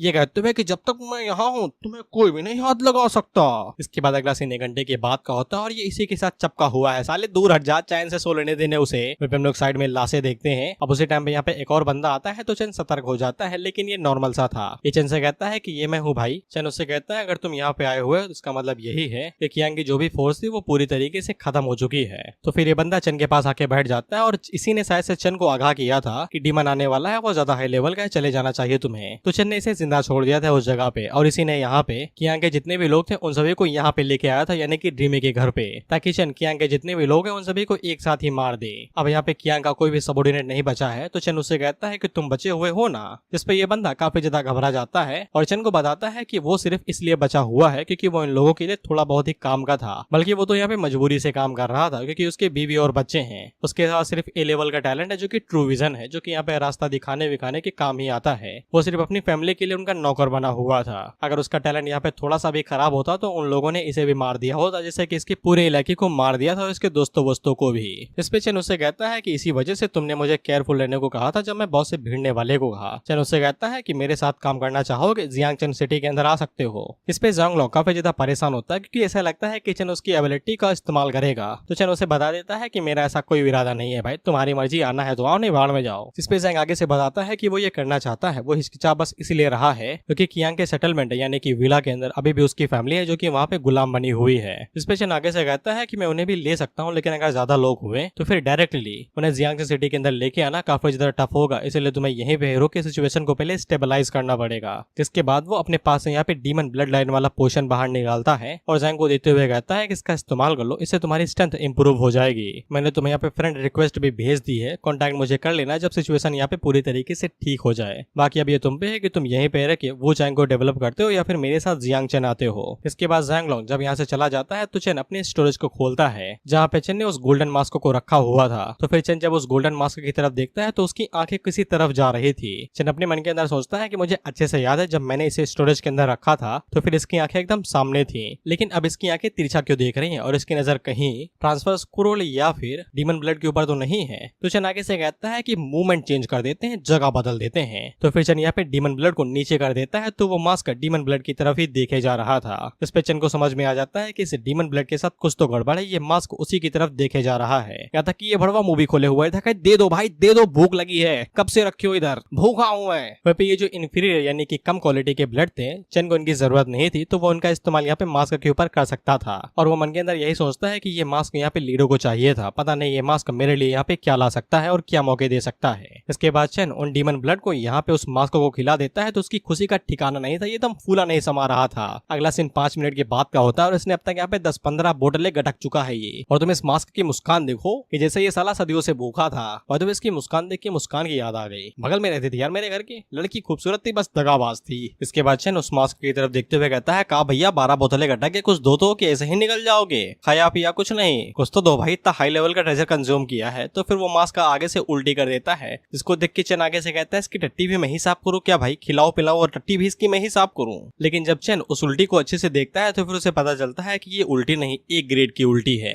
स्पेशल आइटम है भाई ये। इसके बारे में ज्यादा कुछ बताया नहीं गया, बस इतना बताया गया कि ये ऑर्डिनरी डीमन ब्लड एसेंस है जो कि A ग्रेड का आइटम है। इसका इस्तेमाल कई सारी चीजों में किया जा सकता है। अब जब चेन इसका इस्तेमाल करेगा तो हमें पता चलेगा, लेकिन ये वैल्यूएबल आइटम है। वैसे इसको देखिए चेन काफी ज्यादा खुश हो जाता है। वो अपने मन के अंदर सोचता है अगर वो किसी सीक्रेट रियलम के अंदर चला जाए जहाँ पे डीमन ब्लड की कमी नहीं है तो फिर उसके पास अल्टीमेट यहाँ पे हाई ग्रेड के डीमन ब्लड इक्विपमेंट हो जाएंगे। इसके बाद चेन उस डीमन स्क्रोल की तरफ देखते हुए कहता है कि उसने अभी तक इसे ओपन नहीं किया है। हमें पहले स्क्रोल के बारे में बताया जाता है जो कि S ग्रेड का स्क्रोल है और ये स्क्रोल सिर्फ तभी मिलेगा जब एक प्योर ब्लड डीमन को मारा जाएगा। अगर स्क्रोल का इस्तेमाल यहाँ पे डीमन अबायस के अंदर जाने के लिए किया जा सकता है, जहाँ पे चेन को डीमन अबायस को कंप्लीट करना था और उसे कंप्लीट करने के लिए उसे यहाँ पे 100 इन्फीरियर डीमन को मारना पड़ेगा और 100 फॉलन डीमन को भी। इसके बाद वो अबायस को कंप्लीट करके बाहर आ सकता है। हालांकि चेन का अभी इतना लेवल हाई नहीं है, इसलिए वो इस जॉब को अभी नहीं कर सकता है, वो इसके लिए बाद में सोचता है। इसके बाद ड्रीमी को भी होश आ जाता है तो ये सबसे पहले अपनी आंखें मीचती है और चेन को देख के उसे गले लग के रोने लगती है। एक्सपीरियंस बुरा था अगर रियल लाइफ के हिसाब से सोचा जाए तो इतना रोना धोना बनता है। चेन उसे कहता है टसुए ना बहाओ, सब कुछ ठीक है, मैंने उन कमीनों को मार दिया है। तो फिर ड्रीमी यहाँ पे अपनी फिजिकल कंडीशन को दोष देती है कहते हुए कि वो कमजोर है, वो चाहती है उसकी फिजिकल ट्रेनिंग यहाँ पे डबल कर दी जाए। लेकिन चेन उसे कहता है कि ज्यादा जोर दोगे तो फिर कमजोर और ज्यादा हो जाओगी, जो एक्सरसाइज अरेंज की गई है उसी को ही करो तो बेहतर हो जाओगी। अभी के लिए सिर्फ अपनी स्किल्स के ऊपर कंट्रोल करने के बारे में सोचो। लेकिन ड्रीमी आगे से बताती है कि उसके लिए एक्सपीरियंस पॉइंट लगेंगे जो कि बहुत ही ज्यादा हैं। उसने आसपास के इलाके के सभी मॉन्स्टर्स को मार दिया है, अब यहाँ पे कुछ भी माल नहीं बचा है। अब ड्रीमी के पास कोई भी ऑप्शन नहीं बचा है, उसके पास कोई एबिलिटी नहीं है कि वो बाहर जाके डंजन वंजन ढूंढ सके और ना ही सपनों के अंदर कोई माल वाल बचा है। तो चेन उससे कहता है टसुए का है बाहर ही हो, जियांगचन सिटी चलो ना, वहाँ पे कई सारे डंजन है, तुम वहाँ पे जाके लेवल अप कर सकती हो। इसके लिए ड्रीमी मान जाती है और वो तुरंत अपना सामान वामान पैक करने लगती है। तो चेन उसे पकड़ता है, ये कहते हुए अगर पैरों से जाओगे 2 महीने लग जाएंगे, मेरे साथ चलो जल्दी पहुंचा दूंगा। जिसके बाद वो बिल्डिंग से कूदता है और दोबारा स्पाइडरमैन की तरह कूदते फांदते जियांगचन सिटी की तरफ आगे बढ़ने लगता है। लेकिन जियांगचन सिटी पहुंचने से पहले वो एक जंगल के अंदर रुकता है जो वही विलेज था जहाँ पे डीमन को समन करके मारना वारना था। ड्रीमी चेन से पूछती है कि ये सीक्रेट रियलम है ना जहाँ पे सीक्रेट डंजन वंजन है, हमें यहाँ पे क्यों लाया गया है। इस पे चेन उसे बताता है कि यहाँ पे ज्यादातर फायदा ही रहेगा, एक्सपीरियंस पॉइंट मिलेगा तुम्हें। तो ड्रीमी को लगता है उसे यहाँ पे अपनी चीख निकाल के दोबारा डीमंस को बुलाना है। तो चेन उसे कहता है नहीं, ये रियल वर्ल्ड है, हर एक स्किल जो तुम इस्तेमाल करोगी वो क्रूशियल है, इसलिए सोच समझ के फैसला लो। इसलिए वो ड्रीमी से कहता है कि बाहर इंतजार करो जब तक मैं काम खत्म करके नहीं आता। लेकिन इस बार जब चेन विलेज के अंदर घुसता है तो फिर यहाँ पे तीसरे नियम को हटा दिया गया था, यानी कि जो डीमन को मारने वाला था उसे हटा दिया गया था, बस 2 ही टास्क बचे थे। बेसिकली यहाँ पे डीमन ब्लड लाइन बचे ही नहीं थे तो फिर तीसरा टास्क क्यों दिया जाएगा। इसीलिए चेन यहाँ पे सेकंड बॉस को ही मारता है जो कि विलेजर्स का हेड था, जो कि यहाँ पे डीमन को समन करने की तैयारी कर रहा था। ये लोग चेन को हल्के में लेते हैं और उससे कहते हैं तुम बाहरी वाले यहाँ पे समन होने के लिए रेडी हो जाओ, तुम्हारा इस्तेमाल डीमन को सेक्रीफाइस करने के लिए किया जाएगा। हालांकि चेन पलक झपकते ही उसके सामने आ जाता है और एक झटके के अंदर उसे डिवोवर कर जाता है। वो सभी विलेजर्स एक साथ चन के ऊपर हमला करते हैं, लेकिन चन शील्ड का इस्तेमाल करता है और ब्लॉक करते हुए उन सभी को ही मार गिराता है। चन ने यहाँ पे दूसरे वाले बॉस को मारा था जिसका नाम डार्क प्रीस्ट था, उसका लेवल 15 था, तो फिर चन को यहाँ पे 45,000 एक्सपीरियंस पॉइंट मिलते हैं। इसके बाद चन वहाँ पे जितने भी विलेजर बचे हुए थे उन सभी के ऊपर हमला करता है और उन्हें मार गिराता है। वहीं पे उन सभी की बॉडीज को एब्जॉर्ब करते जा रहा था और इनके अंदर जो ब्लड लाइन था उसे अलग कर दे रहा था। वहीं पे चन के लिए इन्हें मारना एकदम मक्खी के बराबर ही था, वो बस इन्हें यहाँ पे एवोल्यूशन पॉइंट्स के लिए मार रहा था और काम ही क्या है उसके पास। वहीं पे लोग ड्रीमी को देखते हैं जो कि बाहर बैठ के चन के आने का इंतजार कर रहे थे। इसे भी नोटिफिकेशन मिल रहा था कि चन ने बॉस को मार दिया, लेकिन छोटे मोटे मिनी बॉसेस बचे हुए हैं तो फिर उसे टाइम लगेगा। ड्रीमी अपने मन के अंदर वही सोच रहे थे जो हम बचपन में सोचा करते थे कि पापा किसी काम से बाहर लेके गए और रुको आ रहा हूँ, और हम सोचते रहते हैं कि छोड़ के चले गए हमें। मैंने तो एक बार ये भी इमेजिन कर लिया था कि भीख मांग के जीना पड़ेगा, बट लकीली पापा 2 मिनट में वापस आ गए थे, भीख मांग के जीना नहीं पड़ा। इसीलिए ड्रीमी भी यही सोच रही थी कहीं चन उसे भूल तो नहीं गया। लेकिन उसी टाइम पे चन भागते हुए इसके पास आता है और बताता है कि जल्दी से अपनी स्किल तैयार करो, जो सबसे ज्यादा लीथल स्किल इस्तेमाल कर सकती हो वही करना। इसके लिए ड्रीमी मान जाती है, ये कहते हुए कि अपनी पूरी कोशिश करेगी। लेकिन जब उसे दिखाई देता है कि बहुत सारे आ रहे हैं तो वो आगे से सोनिक ब्लास्ट करती है और सभी ज़ॉम्बीज को एक झटके के अंदर ही मार देती है, जिससे उसे यहाँ पे कई सारे एवोल्यूशन पॉइंट मिलते हैं और वो भी लेवल अप कर जाती है। इसलिए ड्रीमी चन को शुक्रिया कहती है क्योंकि वो काफी ज्यादा एक्सपीरियंस पॉइंट गेन कर लिए और वो लेवल यहाँ पे 16 पे पहुंच गई है, सॉरी 6। चन भी लेवल 9 पे पहुंच चुका था और इन दोनों को यहाँ पे फायदा हुआ था। इसलिए ड्रीमी उसके ऊपर लपक पड़ती है, ये कहते हैं लव यू। उसी टाइम पे सॉन्ग चन के पास वीडियो कॉल करती है, जिसपे ये लोग सॉन्ग की तरफ देखते हैं तो वहाँ का मूड कुछ ज्यादा ही एकदम बेहाल था। सॉन्ग उसे पूछती है कहाँ हो भैया, 1-2 महीना का दिन छोड़ के चले गए होगा हम लोगन का। एक गॉब्लिन जैसा कोई बंदा यहाँ पे आया है जो खुद तो गॉड ऑफ ट्रेडिंग कह रहा है और वो किसी सेटलमेंट के लिए आया है। चन अपने मन के अंदर सोचता है कि ये तो लीडो है, ये वहाँ पे क्या कर रहा है। सॉन्ग उसे पूछती है तुम इसे जानते हो क्या। दरअसल लीडो उस जगह पे चन के जरिए नहीं बल्कि उस जगह के लिए गया था। लीडो को ये लगा कि यहाँ पे भी कोई पावरफुल बंदा होगा, इतना बड़ा फंक्शन बनाया है तो वो शायद से इन्वेस्ट कर सकता है उसके ऊपर, लेकिन उसे पता नहीं है कि ये जगह होल्ड करने वाला चन ही है। सॉन्ग यहाँ पे चन को बताती है कि वो 1 या 2 दिन पहले आया था, वो हमें कुछ ऑफर कर रहा था जैसे कि सिल्वर सिटी इन्वेस्टमेंट के रूप में, लेकिन सिर्फ तभी जब उसका गॉब्लिन गिल्ड वहाँ पे एस्टेब्लिश्ड होगा, वो भी एकदम सेंटर में, और साथ ही में उसके गॉब्लिन गिल्ड को यहाँ पे टैक्स नहीं देना पड़ेगा, यानी उनकी जो कमाई होगी सिटी उनसे टैक्स नहीं लेगी, जैसे कि हर किसी से लेती है 1 कॉपर कॉइन। वहीं पे चन को सिल्वर सिटी फाउंडिंग ऑर्डर के बारे में बहुत ज्यादा अच्छे से पता था कि ये काफी ज्यादा रेयर चीज होती है, क्योंकि ऐसी सिटीज को यहाँ पे यूनिवर्सल विल भी रिकॉग्नाइज करती है और इसके कई सारे फायदे होते हैं एक सिटी होने के। इसलिए उन लोगों के लिए काफी बड़ी इन्वेस्टमेंट हो सकती है और इससे काफी ज्यादा फायदा होगा उन्हें। इस पे सॉन्ग उसे बताती है कि मेरी बुद्धि भी ऐसे चलती है, लेकिन यहाँ पे एक प्रॉब्लम है, सिल्वर सिटी ऑर्डर हम लोग जब चाहे तब इस्तेमाल नहीं कर सकते हैं, हमें उसका तुरंत इस्तेमाल करना पड़ेगा। दरअसल सिल्वर सिटी ऑर्डर यहाँ पे जब भी शुरू होता है तो फिर कई सारे मॉन्स्टर उस सिटी के ऊपर अटैक करते हैं या फिर उस फंक्शन के ऊपर जहाँ पे सिटी बनने वाली है। वहीं चन का फंक्शन अभी तक पूरी तरीके से बना नहीं है, इसलिए उन सभी मॉन्स्टर्स को रोकना इन लोगों के लिए काफी ज्यादा टफ होने वाला है। इसलिए चन सॉन्ग से कहता है कि 1 दिन के लिए रुको, मैं तुरंत वहाँ पे आता हूँ। लेकिन सॉन्ग आगे से बताती है कि हमारे पास टाइम नहीं है, हमें तुरंत ही उसकी इन्वेस्टमेंट को एक्सेप्ट करना पड़ेगा, जिसपे चन आगे से बताता है कि उसने पहले भी उसकी कई सारी इन्वेस्टमेंट ली है तो वो भी उसकी इन्वेस्टमेंट को ले सकती है। और चन उससे कहता है कि बात में उसकी तारीफ करते रहना और मेरा नाम भी बता देना। इसके लिए सॉन्ग मान जाती है। अभी के लिए ये लोग लीडो को नहीं बताते हैं कि चन का ही वो फंक्शन है, लीडो अनजान है इस बात से। इसके बाद चन ड्रीमी को अपने पास बुलाता है और उससे कहता है कि ये सभी इक्विपमेंट है जो कि तुम्हारी फिजिक को इंक्रीज कर देंगे और ये तुम्हें डिफेंस भी देंगे। इसके लिए ड्रीमी मान जाती है और वो कहती है कि ठीक है मैं पहन लूंगी। चन उससे कहता है पहन लूंगी नहीं, अभी पहनो, हम लोग फुल स्पीड से फंक्शन की तरफ आगे बढ़ने वाले हैं। तो फिर हम लोग ड्रीमी को देखते हैं जो कि गर्मियों में सर्दी वाले कपड़े पहने हुए थी, नॉर्मल कपड़े ना समझो भाई, इससे सच में यहाँ पे डिफेंस और बाकी सब चीजें बढ़ गई थी। इसके बाद हम लोग सॉन्ग को देखते हैं जो कि लीडो के पास आती है और उससे कहती है कि वो उसकी इन्वेस्टमेंट को यहाँ पे एक्सेप्ट कर लेगी। इस पे लीडो आगे से कहता है उसे पता था कि सॉन्ग यहाँ पे काफी ज्यादा समझदार बच्ची है, इसमें कोई दो राय नहीं है कि उसकी वजह से ही यहाँ पे ट्रायल शुरू होने के कुछ ही दिनों के अंदर उन्होंने इतना बड़ा स्टेटमेंट यहाँ पे बना लिया, यहाँ तक कि वो अभी भी यहाँ पे कई सारे कारनामे करते जा रहे हैं। वो लगातार लोगों को इवॉल्व करने में भी मदद कर रही है। इस पे सॉन्ग भी वही काम करती है जो चेन ने किया था, लीडो की भर भर के तारीफ एकदम लगातार। कुछ लोग मक्खन रगड़ते हैं, ये लोग उसे डुबा ही देते हैं कि लीडो को निचोड़ दो तो फिर 2-3 किलो निकल आए, जिस पे लीडो और ज्यादा खुश हो जाता है। वो आगे से कहता है मुझे पता है कि ये जगह सबसे ज्यादा बेहतरीन इन्वेस्टमेंट के लिए, और वो उन लोगों से कहता है कि प्लीज मेरी गॉब्लिन गिल्ड को यहाँ पे रहने दो। इसके लिए सॉन्ग मान जाती है और वो लीडो से कहती है तुम्हें तुम्हें पता है कि हमारे सेटलमेंट के अंदर ऐसे कई सारे लोग हैं जो कि तुम्हें पहले से ही जानते हैं, और उन्हें जैसे ही पता चला कि तुम यहाँ पे आए हो तो वो तुमसे मिलने के लिए भागते हुए आ रहे हैं। इस पे लीडो आगे से कहता है, कौन है भाई वो? ज्यादातर लोगों को मेरे बारे में नहीं पता है, मैंने अब यहाँ पे शुरुआत ही कहाँ की है। इस पे सॉन्ग उसे बताती है कि तुम उसके बारे में जानते होगे, उसका नाम चन है और तुमने उसकी कई सारी इन्वेस्टमेंट को पहले भी एक्सेप्ट किया हुआ है। इसको जान के लीडो काफी ज्यादा हैरान होता है और अपने पास से कुछ तो निकालता है, ये कहते हुए कि ये वाली इन्वेस्टमेंट उसके लिए काम नहीं करेगी। इस पे सॉन्ग उससे पूछती है कि इन्वेस्टमेंट नहीं करोगे क्या सेटलमेंट के ऊपर? इस पे लीडो आगे से कहता है, ऐसा नहीं है, उसने सोचा नहीं था कि चन यहाँ का इंचार्ज होगा, इसीलिए वो यहाँ पे इस इन्वेस्टमेंट को चेंज करने वाला है। लीडो यहाँ पे जो सिल्वर सिटी बनाने वाला था वो उसे चेंज करके गोल्डन सिटी में बदल देता है, जो एक एस क्लास की गोल्डन सिटी ऑर्डर था। और वो सॉन्ग को ये काट देते हुए कहता है कि ये सिटी ऑर्डर इतना ज्यादा डिफिकल्ट नहीं होगा चन के लिए। और वो सॉन्ग से कहता है, अगर वो सही समय पे वापस आ जाता है तो फिर तुम्हारे पास ऐसा मौका होगा कि तुम एस क्लास के मॉन्स्टर को भी यहाँ पे रोक पाओगे। इसके बाद सॉन्ग को यहाँ पे इस मिशन के बारे में बताया जाता है गोल्डन सिटी ऑर्डर के लिए। अब इसमें बस मॉन्स्टर टाइड को ही रोकना था और कुछ भी नहीं, जिसके बाद ये लोग सिटी को फाउंड कर पाएंगे, यानी कि स्थापित कर पाएंगे। वहीं पे सॉन्ग लीडो से कहती है कि ये वाली क्वेस्ट पहले वाले से कई ज्यादा बड़ी और खतरनाक भी है। इस पे लीडो आगे से कहता है, जितना बड़ा रिस्क उतना ज्यादा फायदा,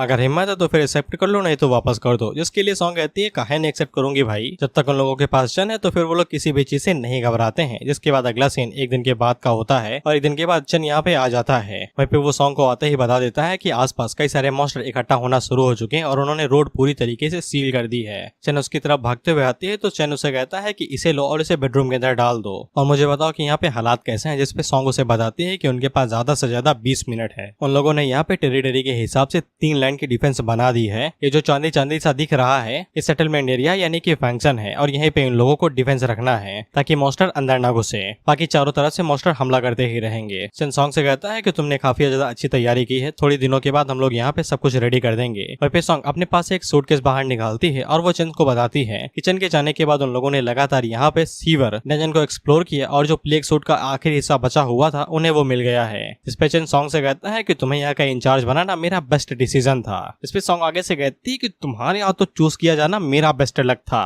वही वो चन से कहती है कि जब मैंने तुम्हें देखा कि तुम इस लड़की को लेके आ रहे हो तो फिर मुझे थोड़ा सा बुरा लगा। चन आगे से बताता है कि ये कोई लड़की वड़की नहीं, मेरी स्टूडेंट है, इसका टैलेंट मुझसे कम नहीं है, तुम्हें इसका ख्याल रखना है। ये जैसे ही उठे इसका खाना पीना नहाना धोना सब चेक कराओ और जितनी जल्दी उठे उतनी जल्दी मुझे आके बता देना, क्योंकि हमारे डिफेंस के लिए यही सबसे बड़ी चाबी है, यही हमें जीत दिलाएगी। और सच में यही इन्हें जीत दिलाती है। जिसके बाद लोग डिफेंस लाइन की तरफ आगे बढ़ने लगते हैं ताकि अटैक की तैयारी कर सके। हम लोग चन को देखते हैं जो कि उस मीट वॉल के ऊपर चढ़ जाता है। जिसके बाद वो ज़ॉम्बीज को देखता है तो ज़ॉम्बीज की तादाद बहुत ज्यादा थी, कुछ नॉर्मल ज़ॉम्बीज थे तो कुछ टायरेंट ज़ॉम्बी थे। चन को बताता है कि ये एस क्लास की सिटी फाउंडिंग ऑर्डर है तो फिर यहाँ पे कई सारे ज़ॉम्बीज इकट्ठा होंगे। जब उसने पिछली बार यहाँ पे अपना व्हाइट एम्पायर सिटी बनाई थी तो वो सिर्फ बी क्लास की थी, लेकिन ये वाली एस क्लास की है तो फिर यहाँ पे मॉन्स्टर भी ज्यादा आएंगे। अब यहाँ पे सिर्फ 3 मिनट बाकी थे ज़ॉम्बी सीज को चालू होने में। इसके बाद हम लोग सॉन्ग को देखते हैं जो कि एक बच्ची का टैलेंट इस्तेमाल करती है। इस बच्ची का टैलेंट लाउड स्पीकर वाला है। ये बच्ची सभी लोगों को आगे से बताती है कि हम लोग यहाँ पे सेटलमेंट के ऊपर लगातार 5 दिन और 5 रातों के लिए मॉन्स्टर के हाथों अटैक सहने वाले हैं, लेकिन जिंदा की कोई भी बात नहीं। इन लोगों के पास यहाँ पे ग्रेटेस्ट वॉल है दुनिया के अंदर। जितना ज्यादा इसे रिसोर्स मिलेगा ये उतनी ज्यादा सुटेबल और सपोर्टेबल होती जाएगी, यानी जितना खाएगी उतना बढ़ती जाएगी भाई, सिंपल सी बात है। और ऊपर से इन लोगों के पास 100 से ज्यादा बी क्लास के टैलेंट है, दर्जनों ए और एस क्लास के टैलेंट है और ऊपर से इन लोगों के पास 2 सबसे पावरफुल इंडिविजुअल भी हैं जिनका टैलेंट ट्रिपल एस है। इसलिए इन लोगों को फेलियर की चिंता बिल्कुल भी नहीं करनी है। अगले 5 दिनों के वो लोग सबसे बड़ी लड़ाई लड़ने वाले हैं इस दुनिया के ऊपर। और इसके बाद सेटलमेंट के अंदर जितने भी लोग हैं उन्हें यहाँ पे अलग अलग तरह के कई सारे बेनिफिट्स मिलेंगे। अब सिर्फ कुछ ही मिनट बाकी हैं, सभी लोग यहाँ पे अपनी तैयारी शुरू कर दें और एक्सपीरियंस के लिए रेडी हो जाएं। इसके लिए सभी लोग खुश हो जाते हैं, ज्यादातर एडवेंचरर ही खुश होते हैं क्योंकि पैसा और एवोल्यूशन पॉइंट में जो मिलेंगे यार। चन सॉन्ग से कहता है अच्छी स्पीच थी। सॉन्ग आगे से कहती है वो ट्रिपल एस क्लास का टैलेंट लेके आया हो ना तो अच्छी स्किप लिखनी पड़ी, मैं तो घबराई हुई थी। वही चन उससे कहता है कि ये बच्ची तुमने लाई, काफी ज्यादा अच्छा टैलेंट है इसका, अभी के लिए इसे सेफ जगह पे भिजवा दो। वही चन पीछे मुड़ के लूली से कहता है कि ब्रॉडकास्टिंग कैसी रहेगी। इस पे लूली आगे से बताती है कि उसने एकदम एडवांस्ड कैमरा चुने हैं जो कि यूनिवर्सल सिस्टम देता है। इस पे चन लूली से कहता है कि जैसे ही मैं बोलूं तैसे ही लाइव स्ट्रीम शुरू कर देना। इसके बाद यूट्यूब पे नहीं होता कि लाइव स्ट्रीम शुरू करने से पहले टाइटल और बता दिया जाता है क्या करने वाले हैं, तो फिर यहाँ पे भी यही किया जा रहा था। चन आगे से टाइटल लगता है जियांग चन city S class golden city order के लिए यहाँ पे सिटी बनाने वाले, जिसके लिए उन्हें यहाँ पे लड़ाई करनी पड़ेगी। सभी लोग आगे से कहते हैं कि ये साला क्लिकबेट है, झूठ बोल रहा है ये, लेकिन कुछ को चन के ऊपर यकीन था। इसके बाद दोबारा यहाँ पे सेकंड गिने जाते हैं और फक ऑफ दिस सेकंड, मैं शुरू से एकदम शुरू करूंगा। इसके बाद यहाँ पे अटैक से शुरू हो जाता है और सभी ज़ॉम्बीज अटैक करने के लिए रेडी हो जाते हैं। वहीं पे अचानक से इन सभी मॉन्स्टर्स की स्ट्रेंथ यहाँ पे बढ़ चुकी थी, जिसको देख के आलिन आगे से कहती है अचानक से इनकी स्ट्रेंथ क्यों बढ़ गई। हमने पहले भी कई सारे ज़ॉम्बीज को मारा है जो कि अटैक से पहले थे, लेकिन अचानक से इनकी पावर कैसे बढ़ गई अटैक शुरू होने के तुरंत बाद। इस पे सॉन्ग आलिन को बताती है कि उसने पहले ही बता दिया था कि सीज अटैक जैसे ही शुरू हो जाएगा तो फिर ज़ॉम्बीज की स्ट्रेंथ बढ़ जाएगी, लेकिन जैसे जैसे उनकी स्ट्रेंथ बढ़ेगी एवोल्यूशन पॉइंट और गोल्ड कॉइन वो भी बढ़ जाएंगे। इसके बाद चंग दीवार से छलांग लगाता है और अटैक करने के लिए रेडी हो जाता है। वहीं पे स्ट्रेंथ बढ़ने की वजह से यहाँ पे जो एट्रीब्यूट होंगे, जो गोल्ड कॉइन होंगे, जो एक्सपीरियंस पॉइंट होंगे वो ट्रिपल हो जाएंगे। इसके बाद चंग जब यहाँ पे अटैक करने की कोशिश करता है तो फिर इसका प्लेग सेट कंप्लीट था, तो फिर यहाँ पे वो प्लेग इन्फेक्शन का भी इस्तेमाल कर पा रहा था। वो एक ज़ॉम्बी के अंदर यहाँ पे प्लेग इन्फेक्शन डाल देता है। प्लेग सेट की वजह से यहाँ पे उसके जितने भी एट्रीब्यूट है वो 50 पॉइंट से बढ़ जाते हैं। साथ ही में वो जिसके ऊपर भी प्लेग इन्फेक्शन इस्तेमाल करेगा वो यहाँ पे उसकी बॉडी को कमजोर कर देगा, और एक बार इसके इस्तेमाल करने के बाद इसका कूलिंग टाइम 15 घंटे थे, सॉरी 5 घंटे था। इसके बाद हमें बताया जाता है कि प्लेग इन्फेक्शन के बाद जो इन्फेक्टेड होगा वो एनिमीज के अंदर बहुत ही जल्दी से फैलेगा, एकदम तेजी से, और प्लेग इन्फेक्शन की वजह से उनके बीच में जो किलिंग डैमेज होगा वो काफी ज्यादा कम हो जाएगा, और साथ ही में उनके स्टैट्स धीरे धीरे करके कम होने लगेंगे। चंग हम लोगों को बताता है कि ये स्किल काफी ज्यादा अच्छी है, भले यहाँ पे डैमेज इतना हाई नहीं है, लेकिन जब ये इन्फेक्शन की तरह एकदम महामारी की तरह फैलेगा तो फिर कई सारे ज़ॉम्बीज के एट्रीब्यूट्स यहाँ पे कम हो जाएंगे, जिससे ये अटैक्स और भी ज्यादा इजी हो जाएगा। लेकिन चंग की आंखें बाहर तो तब आ जाती हैं जब वो देखता है कि जितने भी इन्फेक्टेड ज़ॉम्बीज थे वो सभी एक जगह पे इकट्ठा होने लगते हैं, वो बाकी ज़ॉम्बीज के साथ घुल मिल नहीं रहे थे। इससे चंग को समझ में आ जाता है कि इनको कंट्रोल करने वाला यहाँ पे एक ज़ॉम्बी लॉर्ड है जो कि सभी ज़ॉम्बीज को कंट्रोल कर रहा है। इसीलिए ना ही यहाँ पे अभी तक ज़ॉम्बीज आपस में टकराए हैं, न ही उनके बीच में भगदड़ मची है। वो एकदम धीरे धीरे आराम से फॉर्मली बढ़ते जा रहे हैं जैसे कि कोई आर्मी चल रही हो। लेकिन अगर चंग को यहाँ पे ज़ॉम्बी लॉर्ड की लोकेशन के बारे में पता चल जाता है तो फिर इस पूरी अटैक सीज के साथ निपटना दुगना आसान हो जाएगा।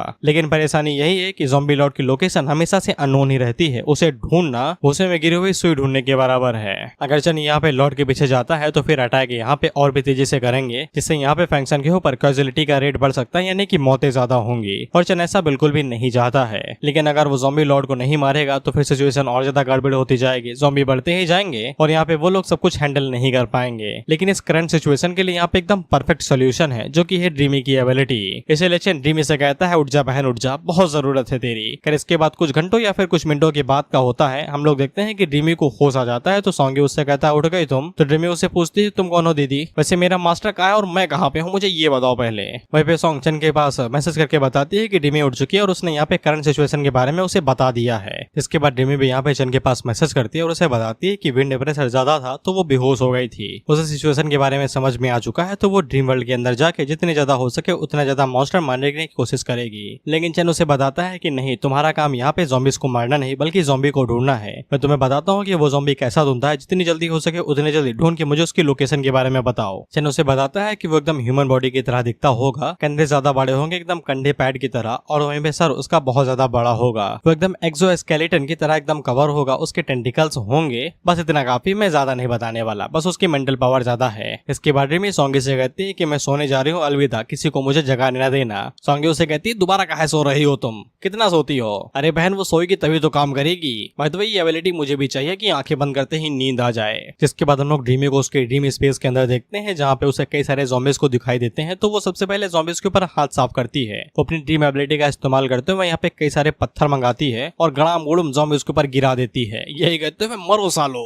इसके बाद वो उस काम के ऊपर लग जाती है जिसके लिए बुलाया गया था, उस ज़ॉम्बी को ढूंढना, यानी कि ज़ॉम्बी लॉर्ड को। इसके बाद दिन खत्म हो जाता है और शाम को चंग ऊपर आता है और सॉन्ग से पूछता है कि कितनी कैजुअलिटी हुई है, तो सॉन्ग आगे से बताती है कोई भी नहीं मरा है और ना ही वॉल्स के ऊपर ज्यादा डैमेज हुआ है। वो लोग अटैक करने के लिए गए थे, उन्होंने चेक किया कि वॉल्स के ऊपर ज्यादा डैमेज नहीं हुआ और उन्हें बस हल्की फुल्की चोटें ही आई हैं। चंग उसे कहता है ठीक है, बाकी लोगों को अभी भी यहाँ पे सिटी के ऊपर लगाए रखना कि वो वॉल्स को गार्ड करते रहे। सिचुएशन इतनी भी ज्यादा इजी नहीं हुई अभी तक। इसके बाद चंग सॉन्ग को भी यहाँ पे ज़ॉम्बी लॉर्ड के बारे में बता देता है, जिसके बारे में जान के वो भी काफी ज्यादा हैरान हो जाती है। ये कहते हुए कि इस रैंक का ज़ॉम्बी यहाँ पे है क्या। इस पे चंग आगे से बताता है कि आज तो यहाँ पे सिर्फ इनहैंस वर्जन वाले ज़ॉम्बी आए थे और साथ ही में कुछ अजीबोगरीब ज़ॉम्बी आए थे। लेकिन चंग को ऐसा लगता है कि ज़ॉम्बी लॉर्ड यहाँ पे अपनी खुद की आर्मी अभी बना रहा है और वो स्ट्राइक करने के लिए तैयारी कर रहा है। लेकिन जब वो स्ट्राइक करेगा तो वो काफी ज्यादा गंभीर और खतरनाक होगी। इसके बाद हम लोग ड्रीमी को देखते हैं जो कि चंग की तरफ भागते हुए आ रहे थे, और उसकी एज बता दो भाई मुझे कोई प्लीज। इसकी हरकतें देख के मुझे नहीं लगता है कि ये 19 की है। खैर चंग जैसे ही यहाँ पे ड्रीमी को देखता है तो वो सॉन्ग से कह देता है लुली को कह के कि स्ट्रीमिंग रुकवा दो। इस पे सॉन्ग आगे से बताती है कि उसने पहले ही कैमरा यहाँ से हटा दिया है। तो यहाँ पे चंग आगे से बताता है कि ड्रीमी उन लोगों लिए काफी ज्यादा जरूरी है, उसकी एबिलिटीज को कभी भी बाकी लोगों के सामने पता नहीं लगना चाहिए, क्योंकि पिछली टाइमलाइन के हिसाब से अब तक ड्रीमी पैदा ही नहीं हुई थी, मर चुकी थी वो, इसीलिए उसकी एबिलिटी काफी काफी ज्यादा जरूरी है। अब तुम खुद सोचो बे, साला तुम सपनों के अंदर गोली मार दो किसी को, असली जिंदगी में वो मर जाए, कितनी पावरफुल एबिलिटी है। वह पेचन ड्रीमी से पूछता है हालात तुम्हारी खराब है क्या, ज़ॉम्बी लॉर्ड को ढूंढने क्या? तो ड्रीमी आगे से बताती है बिल्कुल भी नहीं। उसे कुछ एनर्जी फ्लक्चुएशन के बारे में पता तो चला, लेकिन वो किसी अलग डायरेक्शन से आ रहे थे। उसके पास यहाँ पे कोई भी ट्रैकिंग स्किल्स नहीं है, कई सारे डायरेक्शन से यहाँ पे एनर्जी फ्लक्चुएशन हो रहे थे। वो ज़ॉम्बी मेंटल टाइप का है ना, तो उसकी जब मेंटल एनर्जी रिलीज होती है तो पता लगा सकते हो उससे, लेकिन वो अलग अलग एरिया से आ रही थी, तो ट्रैक करने के लिए कोई तो चाहिए। चन उसे कहता है कोई बात नहीं है, तुमने पूरी कोशिश की, यही मायने रखता है। लेकिन ड्रीमी चन को बताती है कि वो खाली हाथ नहीं है, वो सॉन्गी के साथ आई है पूरा मैप लेके। उसे कुछ एरिया के बारे में पता है जहाँ पे शायद कुछ खास ज़ॉम्बीज इकट्ठा हो रहे हैं। हर एक लोकेशन के ऊपर 100 से ज्यादा स्पेशल ज़ॉम्बीज हैं, जैसे कि जियांगचन की फार्मर मार्केट के पास में 200 से 300 ज़ॉम्बी हैं जो कि 2 मीटर टॉल है, उनकी लाल आंखें हैं और एकदम फैट गाय हैं, वो मोटे हैं एकदम। इसके बाद वो इसी तरीके से और भी एरियाज के बारे में बताती है जिनके बारे में ना ही जानो तो ही बेहतर है, फालतू की बकवास ना करो यार, तुम एक्शन दिखाओ हमें, यही कहना चाहते हो ना तुम। विवेचन अपने मन के अंदर सोचता है कि फैटी जाइंट, एक टैंक, एक प्रेडेटर, और ये सभी यहाँ पे 2 स्टेज इवॉल्व ज़ॉम्बी हैं। इस पे सॉन्ग आगे से कहती है कि जैसा कि तुमने कहा था कि वो लोग तैयारी कर रहे हैं स्ट्राइक करने के लिए, उनका गोल यहाँ पे एक बार हमला करके हमें पूरी तरीके से हस्तना ताबूत करना है। विवेचन आगे से कहता है अगर वो सिर्फ उसको टारगेट करते हैं तो फिर उनका जीतना तय है, लेकिन ज़ॉम्बी लॉर्ड के ऑर्डर की वजह से वो कभी भी उसे टारगेट नहीं करेंगे, वो सिर्फ सिटी के अंदर घुस के यहाँ के लोगों को मारने की कोशिश करेंगे। इसके बाद ये सब कुछ सिर्फ एक गेम के अंदर बदल जाएगा, इसके अंदर बस एक ही रूल है कि कौन किसको पहले मारता है, और मुश्किल से ही इनमें से सिर्फ 10% लोग ही सर्वाइव कर पाएंगे। इस पे सॉन्ग पीछे मुड़ के बड़े स्टाइल से कहती है कि ज़ॉम्बी लॉर्ड को पहले मारना पड़ेगा, मैं अभी जाके देखती हूँ कोई इवॉल्वर है क्या जिसके पास यहाँ पे कोई टैलेंट हो ज़ॉम्बीज को ट्रैक करने वाला। चन आगे से कहता है काहे मेहनत करती हो बाबू, हमें पास पहले से ही सुटेबल कैंडिडेट है। और चन यहाँ पे किसे कॉन्टेक्ट करता है, हान साओ को। हान साओ यहाँ पे आता है जो कि ड्रीमी की एबिलिटी की वजह से आया था, पहले बता दूं वो संघाई से इतना बड़ा ट्रेवल नहीं कर सकता है, उसको 3-4 दिन लग जाएंगे, लेकिन ड्रीमी की ड्रीम वर्ल्ड की वजह से बस 2-3 मिनट। साओहान जब इस विला के पास आता है वो आगे से कहता है विला बढ़िया है भाईजान, कितने पैसे देने पड़ेंगे यहाँ पे रहने के लिए? चन आगे से कहता है फ्री में रह लेना, 3-4 मदद कर दो बस। इस पे साओहान आगे से काफी ज्यादा खुश हो जाता है, ये कहते हुए कि खून पसीना बहा दूंगा आपके लिए। इसके बाद ड्रीमी चन से पूछती है कि उन्हें किस टाइप का स्पेशल ज़ॉम्बी पहले मारना है। चन आगे से कहता है टीवी टावर चलते हैं। इसके बाद अगला सीन टीवी टावर का होता है, हम लोग यहाँ पे मॉन्स्टर्स को देखते हैं, ये साले स्पाइडरमैन के देवने हैं, चढ़े जा रहे हैं ऊपर, इनसे ज्यादा अच्छी एबिलिटी तो मेरे घर के मकोड़ों के पास में सड़सड़ाते हुए चढ़ जाते हैं। चन हम लोगों को बताता है कि विस्लर सिर्फ ऐसे ज़ॉम्बीज हैं जो कि यहाँ पे वॉल को इग्नोर कर सकते हैं, और इसी टाइप के ज़ॉम्बी से यहाँ पे उन लोगों के फंक्शन के लिए सबसे बड़ा खतरा है, अगर वो लोग इन्हें मार देते हैं तो फिर खतरा कम हो जाएगा। ऑफ कोर्स भाई दीवार के ऊपर चढ़ लोगे तो फिर क्या है जरूरत है दीवार तोड़ने की। वही पेचन हान साओ से कहता है कि और ज़ॉम्बी लॉर्ड पक्का हमें इन्हें मारने नहीं देगा इतनी आसानी के साथ में, और जब वो कुछ कांड करेगा तो फिर तुम्हें अपनी एबिलिटी का इस्तेमाल करना है उसकी लोकेशन के बारे में पता लगाने के लिए। इसके लिए हान साओ आगे से कहता है मेरे ऊपर छोड़ दीजिए। इसके बाद चन और ड्रीमी उड़ते हुए जाते हैं उन क्लिकर्स के ऊपर अटैक करने के लिए। वहीं पे हम लोग हान साओ को देखते हैं और ये अपने मन के अंदर यही सोचता है कि इसे भी उड़ने की एबिलिटी सीख लेनी चाहिए। दरअसल ये लोग अपनी मेंटल पावर का इस्तेमाल कर रहे हैं उड़ने के लिए, और हान साओ को ये एबिलिटी नहीं आती है। खैर इसके बाद हम लोग ड्रीमी को देखते हैं जो कि आगे से सोनिक ब्लास्ट का इस्तेमाल करती है और कई सारे क्लिकर्स को ऐसे ही नीचे गिरा देती है, और ये आगे से कहती है मैं ड्रीमी स्पेस के अंदर स्ट्रॉन्गेस्ट हूँ। उसी टाइम पे विजिलर्स इसे देख लेते हैं और उसके ऊपर हमला करने के लिए आगे बढ़ते हैं, और ये फुर्तीले थे तो ड्रीमी के पास कोई भी टाइम नहीं था डॉज करने का। ये कह रही थी स्ट्रॉन्गेस्ट है, बैरियर बनाओ भाई वहां पे हवा में, ड्रीम के अंदर कुछ भी तो कर सकते हो तुम। अरे हाँ क्रिएटिविटी का भी तो रहता है ना, कितने लंबा सोच सकते हो। लेकिन उसी टाइम पे पीछे से चैन ड्रीमी से कहता है कि हिलना नहीं, जिसके बाद वो हवा सा आता है और सभी क्लिकर्स को जला के मार देता है। चैन यहाँ पे हेल फायर का इस्तेमाल कर रहा था अपनी पूरी बॉडी के ऊपर, लगातार ये मेंटल एनर्जी यहाँ पे कंज्यूम करे जा रही थी, लेकिन हेल फायर यहाँ पे फिजिकल और मेंटल दोनों अटैक करती है, इसलिए जो भी इसके कांटेक्ट में आता है वो जल के मारा जाता है। इसके बाद चैन यहाँ पे अर्थलीव स्पाइक्स का इस्तेमाल करता है और बिल्डिंग के अंदर से स्पाइक्स निकाल के और भी ज़ॉम्बीज को यहाँ पे मार गिराता है। इसके बाद ये दोनों अपनी इसी एबिलिटी का इस्तेमाल करते रहते हैं और यहाँ पे ज़ॉम्बीज को मारते रहते हैं। इसके बाद आखिरी बचे हुए को चैन यहीं पे ही मार गिराता है। वहीं पे उन्हें मारने के बाद ये इन्हें डिवोर भी कर लेता है। वहीं बेटी मेचन को बताती है कि यहाँ पे कम से कम 297 ज़ॉम्बीज आए थे, ये सिर्फ दूसरा दिन है, लेकिन इसके बावजूद इतने सभी इलाइट ज़ॉम्बीज यहाँ पे इकट्ठा हो गए। इस पे चैन आगे से बताता है कि ऑफ कोर्स यहाँ पे स्पीड टाइप तो इतने जल्दी इकट्ठा हो ही जाएंगे, पूरी जियांगचन सिटी से ये सभी यहाँ पे आए हुए होंगे, और ऑफ कोर्स यहाँ पे और भी आ सकते हैं अगर यहाँ पे ज़ॉम्बी लॉर्ड मरता नहीं है। बिना ज़ॉम्बी लॉर्ड की लीडरशिप के वो पूरी तरीके से यूजलेस हो जाएंगे और अटैक नहीं कर पाएंगे। तो ड्रीमी चन से कहती है कि हमें किसी दूसरी जगह पे भी चलना चाहिए क्या जहाँ पे वो सभी इकट्ठा हो रहे थे। उसी टाइम पे चन को महसूस होता है कि हान साओ ने अपना इमेजिनरी नाइफ उसकी तरफ फेंका है, तो चन उससे पकड़ता है, जहाँ पे हान साओ बताता है कि उसे वो ज़ॉम्बी लॉर्ड मिल चुका है। इसके बाद हान साओ यहाँ पे चन को बताता है कि वो साइकिक एनर्जी फ्लक्चुएशन यहाँ पीछे से आ रहा था, एकदम माउंटेन के पीछे से। इसे यहाँ पे चन को समझ में आ जाता है कि ज़ॉम्बी लॉर्ड बुद्धिमान बहुत है, अगर वो माउंटेन के पीछे से यहाँ पे मेंटल एनर्जी इस्तेमाल करेगा तो वो फ्लक्चुएशन को रोक सकता है। वहीं पे हान साओ काफी काफी ज्यादा एक्साइटेड था और वो चेन से कहता है कि हम लोग चल के डायरेक्ट उससे फाइट करें, तो चेन आगे से कहता है बिल्कुल भी नहीं, हमें रियल वर्ल्ड के अंदर जाना पड़ेगा उस बॉस के साथ फाइट करने के लिए। हानसाओ आगे से पूछता है पर क्यों, तो चेन आगे से कहता है ब्रॉडकास्ट जो करना है भाई, हम लोग एकदम फेमस होने के कगार पे हैं, बस एक कदम और जिसके बाद हम लोग वर्ल्ड फेमस। टी सीरीज हमारे टट्टे हो जाएगा गाने बनवाने के लिए। वही पे चेन हानसाओ से कहता है अगर ड्रॉप आइटम में मुझे कुछ खतरनाक मिलता है तुम्हारे लिए तो फिर मैं तुम्हारे लिए वो बचा लूंगा। वही पे चेन डिमी से कहता है कि तुम मुझे उठा दो लेकिन तुम हानसाओ को लो और कुछ स्पेशल टाइप की इलाइट ज़ॉम्बीज को मार गिरा दो।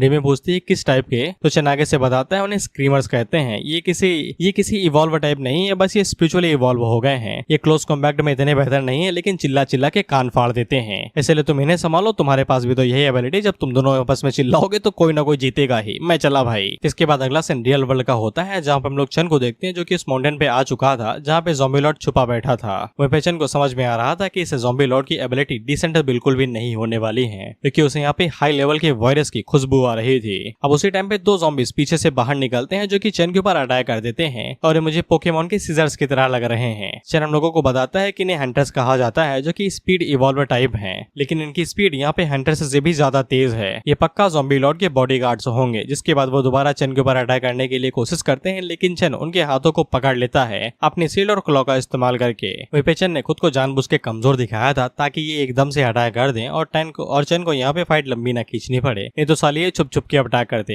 जब चेन यहाँ पे एक हंटर को सामने से संभाले हुए था तो फिर उसी टाइम पे दूसरा वाला पीछे से अटैक करने की कोशिश करता है, लेकिन चेन मौके देखते ही यहाँ पे दूसरे वाले को पकड़ता है और उसे पीछे वाले के ऊपर दे मारता है धड़ाम से, जिससे उन दोनों की बुद्धि खनखना जाती है और ये बेहोश हो जाते हैं झटके के अंदर। वहीं पे चेन मौका देखते हैं यहाँ पे अपने हैमर का इस्तेमाल करता है और उन दोनों की मुंडी के ऊपर मार के उनकी मुंडी फोड़ देता है। इसके बाद वो इन्हें डिवोवर भी कर लेता है। वहीं पे चेन जब इन्हें पूरी तरीके से डिवोवर कर लेता है तो फिर उसे एवोल्यूशन पॉइंट मिलते हैं, जिससे उसके वेपन यहाँ पे न्यू फॉर्म ले लेते हैं जो कि साइथ था, इसको ब्लीड फॉर्म बोला गया है। इसके बाद चेन थोड़ा सा और आगे बढ़ता है तो फिर उसके ऊपर यहाँ पे मेंटल साइकिक एनर्जी से हमला होने लगता है। इसके बाद चेन ज़ॉम्बी लॉर्ड की तरफ देखता है और कहता है मुझे तो लगा तुम मौका देखते ही यहाँ से खिसक लोगे, लेकिन किसने सोचा था कि तुम सीधा मुझे मारने की ही कोशिश करोगे। वहीं पे चेन ने जैसा बताया था ये बिल्कुल वैसा ही था, बस थोड़ा बहुत अलग था। मुंडी के ऊपर मशरूम उगे हुए हैं कुकुरमुत्ता ज़ॉम्बी। इसके बाद चेन मौका देखते हैं यहाँ पे बॉस के ऊपर अटैक करता है और एक झटके के अंदर उसके दो टुकड़े कर देता है। वहीं पे चेन को भी अजीब लगता है कि ये इतना कमजोर तो साला नहीं होना चाहिए। अब इसी के बाद सॉन्ग यहाँ पे अचानक से आ जाती है जो कि चेन से चिपक जाती है ये कहते हुए कि तुमने ज़ॉम्बी लॉर्ड को मार दिया और वहीं पे हम लोगों ने ज़ॉम्बी अटैक को पूरी तरीके से रोक लिया, अब सब कुछ एकदम कुशन मंगल है, हम लोगों को सेलिब्रेट करना चाहिए। इसके बाद यहाँ पे बाकी लौंडिया समाज भी आ जाता है चेन के साथ सेलिब्रेट करने के लिए। वहीं पे ये सभी चेन के साथ चिपकी जा रहे हैं, वो भी कुछ ज्यादा ही। मैं जब पहले पढ़ रहा था तो फिर एक सेकंड के लिए मैं धोखा खा गया था, लेकिन चेन भाई साहब नहीं खाया। वो आगे से कहता है कि ये सब कुछ इल्यूजन है और कुछ भी नहीं, जिसके बाद वो उन सभी को काट के रख देता है। और ऑफ कोर्स ये सब कुछ इल्यूजन ही था, नहीं तो ये मारी ना जाती, फैन सर्विस कहाँ से मिलती हमें। चेन ज़ॉम्बी से कहता है इल्यूजन एकदम परफेक्ट, एकदम बढ़िया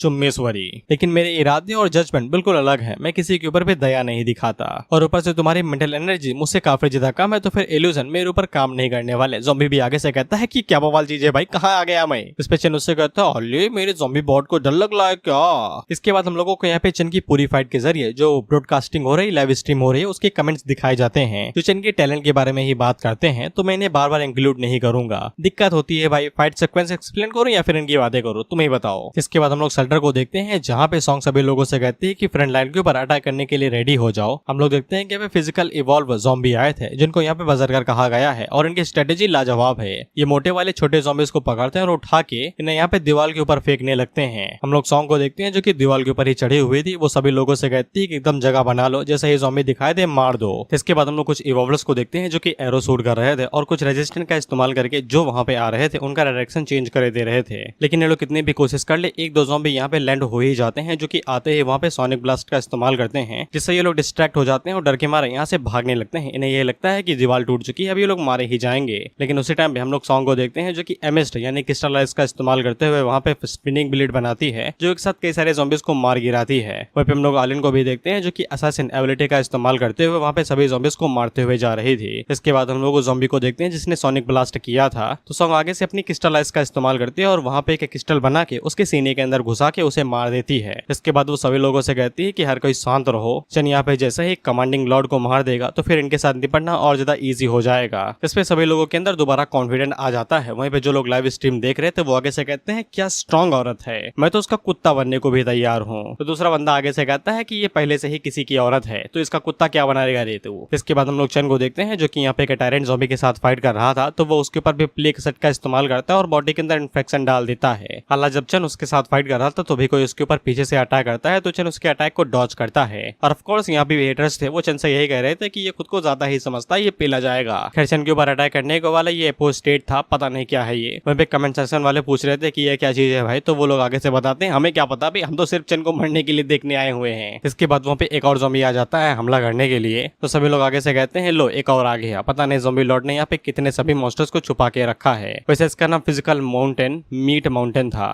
तो फिर हम लोग चन को देखते हैं जो कि आगे से यहाँ पे हेलफायर का इस्तेमाल करता है और उसका इस्तेमाल करते हुए वो मीट माउंटेन के पेड़ के अंदर घुसता है और उसे चीरते हुए पार निकल जाता है और ज़ॉम्बी लॉर्ड के ऊपर हमला करते हुए कहता है कहाँ भाग रहे हो भाई, काफी ज्यादा लेट हो चुका है। लेकिन उसी टाइम पे मीट माउंटेन पीछे मुड़ता है और वो चन के ऊपर अपने पाम से अटैक करता है और उसे नीचे ही दबा देता है। लेकिन जब वो बेचारा अपने हाथ को चेक करता है तो फिर चन हाथों में आया ही नहीं था, बल्कि उसने उल्टा अपने मास्टर को ही पकड़ लिया था, यानी ज़ॉम्बी लॉर्ड को। इसके बाद चन तेजी से अटैक करने के लिए आगे बढ़ता है और उसके बीच से 2 टुकड़े कर देता है। सभी लोग आगे से कहते हैं कि चन तो यहाँ पे साला मास्टर भी एब्जॉर्ब कर लेता है तो ये अभी क्यों नहीं कर रहा। इस पे सभी लोग आगे से कहते हैं घर में जब लड़ाई हो जाती है तब खाना खाते हो क्या, नहीं ना। इसके बाद हम लोग टायरेंट ज़ॉम्बी को देखते हैं जो कि आगे से अपनी एबिलिटी को इवॉल्व कर लेता है और अपने मसल्स को चाबुक की तरह इस्तेमाल करते हुए चन की पीठ के ऊपर एक जोरदार स्लैश मारता है। लेकिन चन को इससे ज्यादा कुछ हुआ नहीं था क्योंकि उसके पास प्लेग सेट था और ऊपर से उसका डिफेंस भी ज्यादा हाई था। चन उसे कहता है अटैक बढ़िया था, बस कमजोर था मेरे सामने। इसके बाद चन टायरेंट ज़ॉम्बी के पास जाता है तो टायरेंट ज़ॉम्बी उसके ऊपर पंच मारता है। उसी टाइम पे चन यहाँ पे साइकिक फ्लेम का इस्तेमाल करता है और टायरेंट ज़ॉम्बी को जला के मार देता है और पीछे से एपोस्टेट बाहर निकलता है जो अटैक करने की कोशिश कर रहा था। लेकिन चन उसके ऊपर अपने ब्लेड से अटैक करता है और उसके 2 टुकड़े कर देता है, एक तीर से 2 शिकार। और इसी के साथ चन यहाँ पे सभी मॉन्स्टर्स को मार देता है, ज़ॉम्बी लॉर्ड को भी। मीट माउंटेन ने जब चन के ऊपर अटैक किया था तो उल्टा उसने ज़ॉम्बी लॉर्ड के ऊपर ही कर दिया था, तो बेचारा वो मारा गया। खैर पीछे की तरफ माल पानी एकदम भरा पड़ा था, एकदम ड्रॉप आइटम कुछ ज्यादा ही पड़े हुए थे। वह पे चन को जो भी मटेरियल चाहिए थे वो सभी एक साथ उसे एक ही जगह के ऊपर मिल जाते हैं, जैसे कि बायो हजार्ड प्रोडक्शन ब्लूप्रिंट जो कि इक्विपमेंट के लिए है, जो कि सी ग्रेड का है, साथ ही में ज़ॉम्बी क्लाव जो कि ई लेवल के हैं, और साथ ही में और भी कई सारी चीज जैसे कि दिल है, दिमाग है, पता नहीं क्या है ये। वह पे सभी लोग आगे से कहते हैं कि तुमने देखा ड्रॉप आइटम में क्या क्या मिला, ये इतना गजब माल का है भाई, इसे बेच दो तो मैं अमीर बन जाओ। वह पे चन को बायो हजार्ड स्पेशल वेपन मिला था जो कि फिस्ट ग्लव था सी ग्रेड के, जिससे उसके एट्रीब्यूट यहाँ पे 50% 35% बढ़ जाएंगे। हमें यहाँ पे इन ग्लव्स के बारे में बताया जाता है तो चन इनका इस्तेमाल करके 3 टाइप के क्रेजर्स को कंट्रोल कर सकता है। पहला टायरेंट है, जिसके बाद मीट ज़ॉम्बी है और साथ ही में ये एपोस्टेट भी। बस इनकी मेंटल स्ट्रेंथ चन से ज्यादा नहीं होनी चाहिए। वहीं पे इन इक्विपमेंट के पास स्पेशल ग्रेड भी था जिनको क्रिस्टोफर एवोल्यूशन दिया जाता है, ये स्पेशल एबिलिटी थी। अगर चन यहाँ पे 1 lakh bio hazard hostile targets को मार देता है और 100 हाई लेवल के म्यूटेंट्स को, तो फिर उसके इन इक्विपमेंट को यहाँ पे ग्रोथ टाइप के अंदर बदल दिया जाएगा, यानी कि ये लगातार बढ़ते ही रहेंगे, इनकी कोई सीमा नहीं रहेगी, जैसे A grade B C D इस तरीके से लगातार। वह चन ने सोचा भी नहीं था कि उसका वायरस इतना ज्यादा खतरनाक हो जाएगा कि वो चीजों को भी इफेक्ट करके उन्हें भी इवॉल्व करने लगेगा। इसके बाद चन वहाँ पे टेंटिकल्स को बाहर निकालता है और उन सभी की बॉडी को डिवोवर करने लगता है। वहीं पे चन जब इन सभी बॉडीज को डिवोवर कर लेता है तो उसके पास इतने एवोल्यूशन पॉइंट आ जाते हैं कि उसकी नई फॉर्म अनलॉक हो जाती है, इसका नाम विप फॉर्म था, यानी कि चाबुक। इसके बाद ऑथर हम लोगों को यहाँ पे आखिरकार जाके स्किल ट्री दिखा देता है जहाँ पे स्किल्स किससे कैसे ट्रांसफॉर्म होती है ये सब कुछ लिखा हुआ था, जैसे कि क्लॉ फ्रॉम यहाँ पे ट्रांसफॉर्म होकर अर्थ स्पाइक के अंदर जा सकती है, स्विफ्ट स्लैश भी और फॉर्मलेस किलिंग ब्लेड भी। इसके बाद हैवी हमर आ जाता है जो कि यहाँ पे अर्थ को एक स्ट्राइक दे सकता है, खोपड़ी तोड़ हमला भी और मुंडी फोड़ भी। जिसके बाद शील्ड मोड आ जाते हैं, जैसे कि आर्मर शील्ड अभी बाकी अनलॉक नहीं हुआ। इसी तरीके से और भी कई सारी चीजें ज्यादा डिटेल में नहीं बताऊंगा भाई। इसके बाद चन यहाँ पे कुछ एवोल्यूशन पॉइंट्स को ब्लैक लाइट वायरस के अंदर ट्रांसफॉर्म कर देता है, डार्क वायरस को ब्लैक लाइट कर दिया गया है। इसके बाद वो ग्रोथ टाइप वाले फिस्ट ग्लव्स को भी पहन लेता है जो कि उसके लिए काफी ज्यादा अच्छे रहेंगे। इसके बाद चन एयरडस्ट का इस्तेमाल करते हुए यहाँ से उड़ते हुए निकल जाता है। बेसिकली इसमें पैर इतनी तेजी से चलते हैं कि हवा के बीच में फोर्स की वजह से लोग उड़ने लगते हैं। हम लोग लूली को देखते हैं जो कि कैमरा को सेटअप कर रही थी और वो सॉन्ग को बताती है कि चन ने उस इलाके का सारा काम खत्म कर लिया है, इसलिए वो सभी कैमरा को यहाँ पे सिटी की तरफ करे दे रही है। इसके बाद हम लोग सुजन को देखते हैं जो कि यहाँ पे सॉन्ग की चोटों को ट्रीट कर रही थी। तो सॉन्ग उसे कहती है कि तुम्हें थोड़ा सा आराम कर लेना चाहिए, जैसे ही अटैक करना कम होगा वैसे ही तुम आराम कर लेकिन निकल जाना। इसमें सुजन आगे से बताती है कि यहाँ पे पहले ही कई सारी कैजुअलिटी यानी कि कुछ लोग मारे जा चुके हैं, तो वो उन्हें ऐसे नहीं छोड़ सकती है। इस पे सॉन्ग उसे कहती है कि तुम्हें आराम की जरूरत है। अगर चन को बताता तो वो काफी ज्यादा नाराज होगा क्योंकि तुम्हारे पास यहाँ पे हीलिंग टाइप टैलेंट है। साथ ही में सॉन्ग शर्माते हुए ये भी कहती है अगर तुम सो जाओगी तो फिर हमारा हमारा क्या होगा जब हम लोग सेलिब्रेट करेंगे, हमारा स्टेमिना कौन रिकवर करेगा भाई, अगर अभी भी नहीं समझे तो बच्चे हो। इसके बाद यहाँ पे एक और लड़की आती है, अब इसका नाम मुझे नहीं पता, भूल गया। ये बस सॉन्ग को यहाँ पे आके बताती है कि जैसे ही ज़ॉम्बी लॉर्ड मरा है तो सभी ज़ॉम्बिस वॉल के ऊपर अटैक करना बंद कर दिए हैं, लेकिन सिटी के अंदर जितने भी ज़ॉम्बिस हैं वो सभी एक जगह इकट्ठा हो चुके हैं और वो और ज्यादा गुस्से से अटैक करने लगे हैं। इससे सिचुएशन और भी ज्यादा खराब हो चुकी है। पहले ज़ॉम्बी लॉर्ड अपने हिसाब से कर रहा था, लेकिन अब वो अपने हिसाब से हमला करेंगे और उसने कई सारे यहाँ पे पहले जाइंट हाई रैंक के म्यूटेंट्स को इकट्ठा कर लिया था। इसलिए अगर वो सभी एक साथ वॉल के ऊपर हमला करेंगे तो दिक्कत हो जाएगी। बेसिकली इनके फंक्शन के ऊपर तो अटैक नहीं होगा, लेकिन बाकी सिटीज के ऊपर हो जाएगा, जैसे कि वेस्ट 6 और वेस्ट 8 जहाँ पे कई सारे लोग हो सकते हैं शायद। इसके बाद हम लोग सीवी को देखते हैं और तुम्हें पता है कि सीवी के पास यहाँ पे विजन टाइप की एबिलिटी है, तो सॉन्ग उससे पूछती है हालात कैसे हैं, तो सीवी आगे से बताती है उसके हिसाब से वेस्टर्न 6 की तरफ जो सेक्शन है वहाँ की वॉल्स सिर्फ 3 मिनट तक ही खुद को रोक सकती हैं, जिसके बाद वो टूट जाएंगी, क्योंकि ज़ॉम्बीज ने मीट ऑफ वॉल को भी खाना शुरू कर दिया है और वो खुद को रिस्टोर नहीं कर पा रही हैं। तो हम लोग सीवी को देखते हैं तो इसने कुछ ज्यादा एनर्जी इस्तेमाल कर ली थी, इसलिए इसकी आंखों से भी खून बह जा रहा था। इस पे चश्मे वाली लड़की आगे से बताती है अगर ऐसा ही चलता रहा तो सीवी बहुत ही जल्दी बेहोश हो जाएगी। वो लगातार तब से काम ही करी जा रही है जब से अटैक शुरू हुआ है। वहीं पे सॉन्ग को सॉन्ग के ऊपर बहुत यकीन था, मतलब गर्व था, उसके पास आंखें हैं कि कौन सा माल बढ़िया है, चाहे वो लड़की की बात हो या फिर लड़की की। इसके बाद सॉन्ग उससे कहते हैं कि सीवी से कह दो कि थोड़ा सा आराम कर ले, मैं फ्रंट लाइन को जाके देखती हूँ। इसके बाद हम लोग सॉन्गे को देखते हैं जो कि आयलैंड के पास आते हैं, ये कहते हुए कि वो मदद ले आई है, लेकिन आयलैंड उससे कहती है कि तुम यहाँ पे कुछ भी नहीं करोगे, सिर्फ बोझ ही बनोगे, तो वापस लौट जाओ। तो फिर हम लोग आयलैंड को देखते हैं जहाँ पे ज़ॉम्बीज बढ़ते ही जा रहे थे, तो फिर उसे भी दिक्कत हो रही थी सबको हैंडल करने में। इसके बाद वो सॉर्ड लेके अटैक करने के लिए आगे बढ़ ही रहे थे कि तभी वहाँ पे चैन आता है जो कि सॉन्गी से कहता है कहा था ना कि फालतू में बवाल ना करना, घर में बैठो चुपचाप, चूड़िया पहन के घूमो घर में। इसके बाद वो स्विफ्ट स्लैश का इस्तेमाल करते हुए वहाँ पे सभी ज़ॉम्बीज को मार देता है, ये कहते हुए कि अब ज़ॉम्बी लॉर्ड नहीं बचा है तो सब कुछ मेरे ऊपर छोड़ दो। इसके बाद वो अर्थक्वेक स्लैम यानी कि धमाके का इस्तेमाल करता है, जिससे जमीन टूट सी जाती है और जितने भी ज़ॉम्बीज थे वो एक झटके के अंदर ही मारे जाते हैं। इसके बाद वो आगे से पाम व्हिप का इस्तेमाल करता है और एक एक करके ज़ॉम्बीज को मारने लगता है, बिल्कुल चाबुक की तरह।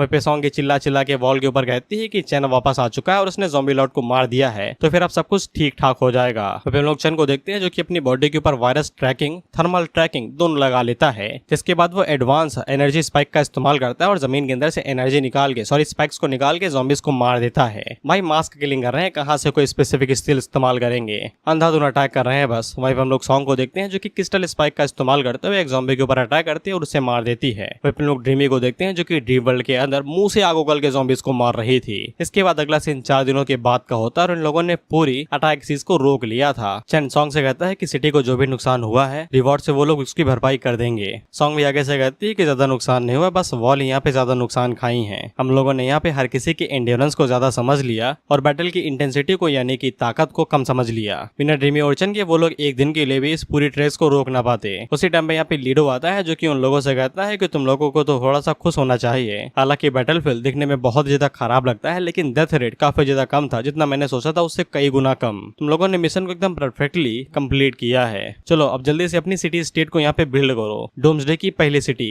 चैन और सॉन्ग को बताया जाता है कि लीडो ने जो उन्हें यहाँ पे एस लेवल की gold city building order mission दिया था वो कंप्लीट हो चुका है। अब वो लोग यहाँ पे अपनी सिटी बना सकते हैं। फिर सॉन्ग चैन से पूछती कि हम लोग सिर्फ सिटी ही बनाएंगे और कुछ भी नहीं। इस पे लीडो आगे से कहता है नहीं, तुम्हें और भी फायदे मिलेंगे। चैन आगे से कहता है कि सबसे पहले जगह देख लेते हैं कि कहाँ पे हम लोग सिटी बनाने वाले हैं। इसके बाद अगला सीन यहाँ पे जियांगजन के रेसिडेंटल एरिया नाउंगसन माउंटेन का पैर होता है, यानी कि एकदम नीचे लाता रहा। वहाँ पे बीच में एकदम अजीब कुछ चीज चमकने लगी थी, तो सभी लोग कहते हैं कि ये क्या है। इसके बाद जब वो लोग उस चीज को चेक करते हैं तो एक क्रिस्टल के अंदर पूरी सिटी थी। नीचे लिखा हुआ था कि ये सिटी ऑफ हार्ट है, इसको सिर्फ यहाँ पे सॉन्ग और उसके चुने गए लोग ही इस्तेमाल कर सकते हैं, उल्टा और कोई भी नहीं। इससे सभी लोगों को समझ में आ जाता है कि ये चीज यहाँ पे सॉन्ग की ही है। इसके बाद वहाँ पे सॉन्ग और चैन भी आ जाते हैं। वहीं पे सॉन्ग चैन को बताती है उसने ये जगह यहाँ पे जानबूझ के चूज की है क्योंकि ये जगह एकदम परफेक्ट है, क्योंकि ये सिटी जहाँ पे बनेगी वो जगह तो एकदम समतल रहेगी, लेकिन चारों तरफ से इसे माउंटेन ने घेर रखा होगा जो कि डिफेंस की तरह काम करेंगे। और भी ऐसे कई सारी जगह है जहाँ पे कुछ इंपॉर्टेंट बिल्डिंग्स और रिसोर्स एरिया सेव किए जा सकते हैं और लोग पानी वाले रास्ते का इस्तेमाल यहाँ पे ट्रांसपोर्ट के लिए कर सकते हैं। इस पे चैन सॉन्ग से कहता है कि जब इतना सब कुछ प्लान कर ही लिया है तो फिर डायरेक्ट बिल्डिंग को ही क्यों नहीं बना देती, अपने सुबातों से ये काम करो। लेकिन सॉन्ग को कुछ और भी चाहिए था। वो पीछे मुड़ के लीडो से कहती है दादा इधर आना, तो लीडो उसके पास आता है तो सॉन्ग उसे कहती है कि भले ये इन्वेस्टमेंट लीडो ने उसे दी थी, लेकिन वो चाहती है कि चंग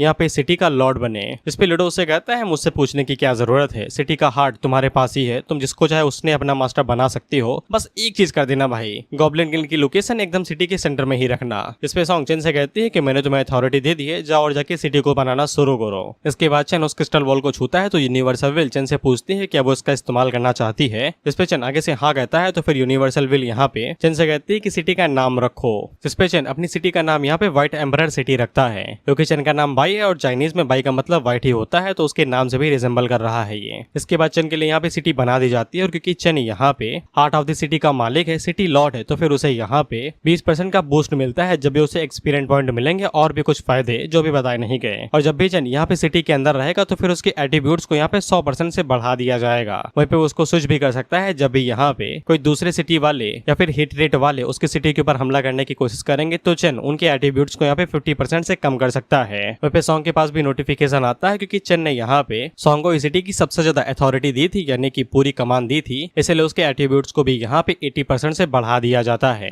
जिसके बाद यहाँ के रहने वाले लोगों को बारी आती है, इन्हें भी यहाँ पे अनाउंसमेंट दी जाती है क्योंकि ये लोग यहाँ पे इस सिटी के मेंबर है, तो फिर इन्हें यहाँ पे 10 रेपुटेशन पॉइंट दिए जाते हैं। रेपुटेशन पॉइंट्स का इस्तेमाल ये लोग एट्रीब्यूट्स को बढ़ाने के लिए कर सकते हैं, जैसे कि इन्हें अभी यहाँ पे 3 एट्रीब्यूट्स फ्री के मिल जाते हैं। साथ में ये लोग जब सिटी की कुछ डिफेंसिव मिशन को कंप्लीट करेंगे तो फिर इन्हें 100% एक्सपीरियंस बूस्ट मिलेगा और उनके करंट लेवल के हिसाब से इन्हें फ्री पॉइंट मिलेंगे, जो कि एट्रीब्यूट्स के लिए बढ़िया रहेंगे। वहीं पे हम लोग लीडो को देखते हैं और ये ताली बजाते हुए एकदम खुश था, बहुत ही ज्यादा खुश था। सॉन्ग उससे पूछती है तुम्हारे अंदर मन के लड्डू काहे फूट रहे हैं भाई। इस पे लीडो आगे से बताता है कि चेन को यहाँ पे सिटी की लॉर्डशिप मिली है, वहीं पे सॉन्ग को यहाँ की अथॉरिटी मिली है, जो बहुत ही ज्यादा अच्छी बात है। सिटी उसके ऊपर डिपेंड कर सकती है और चेन यहाँ पे उसे रूल करके उन्हें गार्ड कर सकता है, जो कि एक परफेक्ट डील है। हर किसी को वो मिल गया जिसको वो चाहिए था। इन्वेस्टमेंट यहीं पे ही खत्म होती है और वो रिजल्ट से काफी ज्यादा सेटिस्फाई है। जिसके बाद वो चेन से कहता है कि अब उसके सफर पे जाने का समय हो चुका है, और वो चेन से कहते जाता है कि जो इन्वेस्टमेंट मैंने पहले दी थी उसे जितनी जल्दी हो सके उतनी जल्दी कंप्लीट कर लो। इस पे चेन उसे बताता है डिफिकल्टी के बारे में पता है ना, इतनी जल्दी पूरा नहीं होने वाला है, सबर चाटो थोड़ा। इस पे लीडो आगे से कहता है हाँ मुझे यकीन है तुम्हारे ऊपर। जिसके बाद वो यहाँ से निकल जाता है। इसके बाद चेन कुछ अपने पास से स्क्रोल्स निकालता है, जो कि वो सॉन्ग को देते हुए कहता है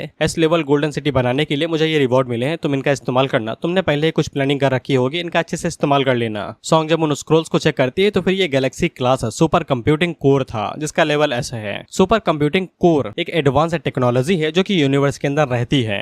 इस कंप्यूटिंग कोर का इस्तेमाल यहाँ पे मैकेनिकल डिजाइन और ब्लूप्रिंट बनाने के लिए किया जा सकता है, जिनका इस्तेमाल ट्रायल के लिए और भी कई सारी चीजों के लिए किया जा सकता है। इसके बाद हमें यहाँ पे PS फुल ऑपरेटिंग सिस्टम के बारे में बताया जाता है, जो कि एक सिंपल फंक्शन है। अगर इसका इस्तेमाल नॉर्मल तरीके से किया जाए तो इसकी कैपेबिलिटी से यहाँ पे किसी की भी एनिमेशन से भी ज्यादा पावरफुल हो सकती है। अब इस्तेमाल नहीं बताया गया।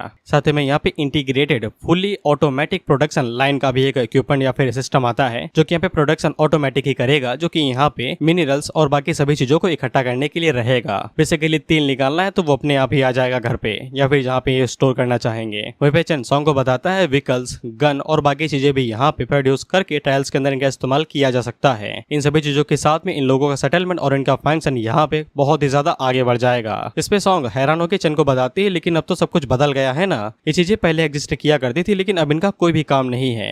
इस पे चेन यहाँ पे सॉन्ग को बताता है कि प्रोडक्शन लाइन के साथ जो भी गन यहाँ पे प्रोड्यूस होंगी उनके पास यहाँ पे एट्रीब्यूट्स रहेंगे, वो एपोकलिप्स के पहले वाली गन्स नहीं रहेंगी। इसलिए अब तुम्हें यहाँ पे पिछले दुनिया के कॉन्सेप्ट से बाहर निकल लेना चाहिए। अगर तुम्हें ऐसा लगता है कि सिटी स्टेट की मैनेजमेंट सिस्टम के अंदर कुछ भी खास बात नहीं है तो फिर तुम काफी ज्यादा गलत हो, क्योंकि आने वाले फ्यूचर के अंदर सिटी स्टेट के जो ऑटोमेटिक सिस्टम होंगे वो यहाँ पे ऐसे ऐसे ब्लूप्रिंट निकालेंगे जिनको देख के तुम हैरान रह जाओगी। एग्जाम्पल के लिए यहाँ पे S लेवल का ब्लूप्रिंट ही ले लो, जो कि बायोलॉजिकल बैकअप सेंटर होगा, जहाँ पे तुम अपनी बॉडी का क्लोन बना के रह सकते हो। ये एक तरीके से तुम्हें दूसरी जिंदगी देने का तरीका हुआ। और एक और जैसे S क्लास की एंटी ग्रेविटी बेस, जैसे तुम अपनी सिटी यहाँ पे आसमान के ऊपर भी बना सकती हो। ये ऐसे ऐसे ब्लूप्रिंट है जिनका इस्तेमाल सिर्फ S लेवल की सिटीज ही कर सकती हैं, और हमारे पास S लेवल की सिटी है। इस पे सॉन्ग आगे से कहते हैं कि इस तरीके से वो लोग पक्का फ्यूचर में बहुत ज्यादा स्ट्रॉन्गेस्ट सिटी बन जाएंगे। इसके बाद ड्रीम यहाँ पे भागते हुए चेन के पास आती है और उसे बताती है कि उसने ड्रीम वर्ल्ड के अंदर इस बार काफी ज्यादा मौज काटी है, और उसने इस बार लेवल अप के साथ साथ यहाँ पे नई 3 स्किल को भी हासिल कर लिया है।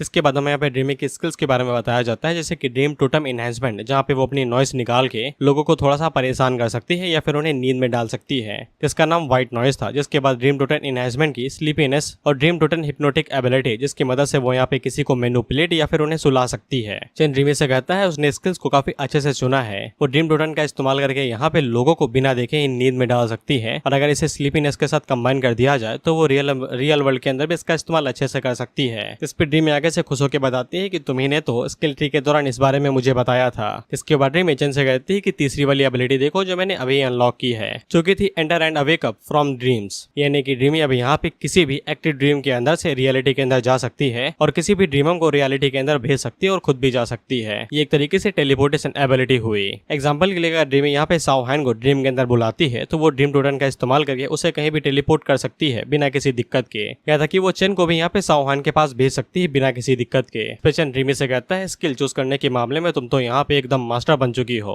लेकिन ड्रीमी आगे से कहती है लेकिन बाकी मामलों में अभी भी उसे यहाँ पे चेन की जरूरत पड़ेगी। इसलिए वो चेन से पूछती है तुम्हारे पास टाइम है, मुझे यहाँ पे अपनी स्किल्स के ऊपर थोड़ा बहुत काम करना है, मदद चाहिए। इस पे चेन उसे कहता है कि माउंटेन साइड जहाँ पे ट्रेनिंग ग्राउंड है वहाँ पे जाके ट्रेनिंग करो, मैं थोड़ी देर में आ जाऊंगा। तो फिर वो भागते और खिलते कूदते हुए निकल जाती है। वहीं पे चेन सॉन्ग से कहता है कि कुछ लोगों का इंतजार करो, इनके स्पिरिचुअल पावर यहाँ पे बाकी लोगों से अलग होनी चाहिए। हम लोग यहाँ पे ड्रीमी की एबिलिटीज का इस्तेमाल उन लोगों के ऊपर करने वाले हैं। इस पे सॉन्ग आगे से कहती है जैसे वो उन्हें सेलेक्ट कर लेगी तो वो उन्हें ग्रेट ट्रेनिंग ग्राउंड के ऊपर भेज देगी ड्रीमी के पास में। इसके बाद वो चेन से चिपकते हुए कहती है कि ये सब कुछ तो ठीक है लेकिन हर कोई यहाँ पे रिवॉर्ड का इंतजार कर रहा है, शाम जो होने वाली है। और वो चेन को बताती है कि सॉन्गी ने उसके लिए सरप्राइज गिफ्ट तैयार किया है। तो फिर हमें यहाँ पे सरप्राइज गिफ्ट दिखाया जाता है और सरप्राइज गिफ्ट कुछ भी नहीं, अपमानजनक कपड़े थे। कॉस्प्ले की शक्तियों का नाजायज फायदा उठाया जा रहा है यहाँ पे बस काम वासना को बढ़ाने के लिए। जिसके बाद सॉन्गी पीछे मुड़ के बाकी लड़कियों से भी कहती है कि तुम भी पहन लो, आज हमें फुल मजे चाहिए। इसके बाद हम लोग सॉन्ग और चेन को देखते हैं जहाँ पे सॉन्ग चेन को बताती है कि ड्रीमी उसे आसपास के डंजन्स के बारे में पूछ रही है। तो मैंने उसे एक दो डंजन के बारे में बता दिया जहाँ पे उसे एक्सपीरियंस मिल सकता है।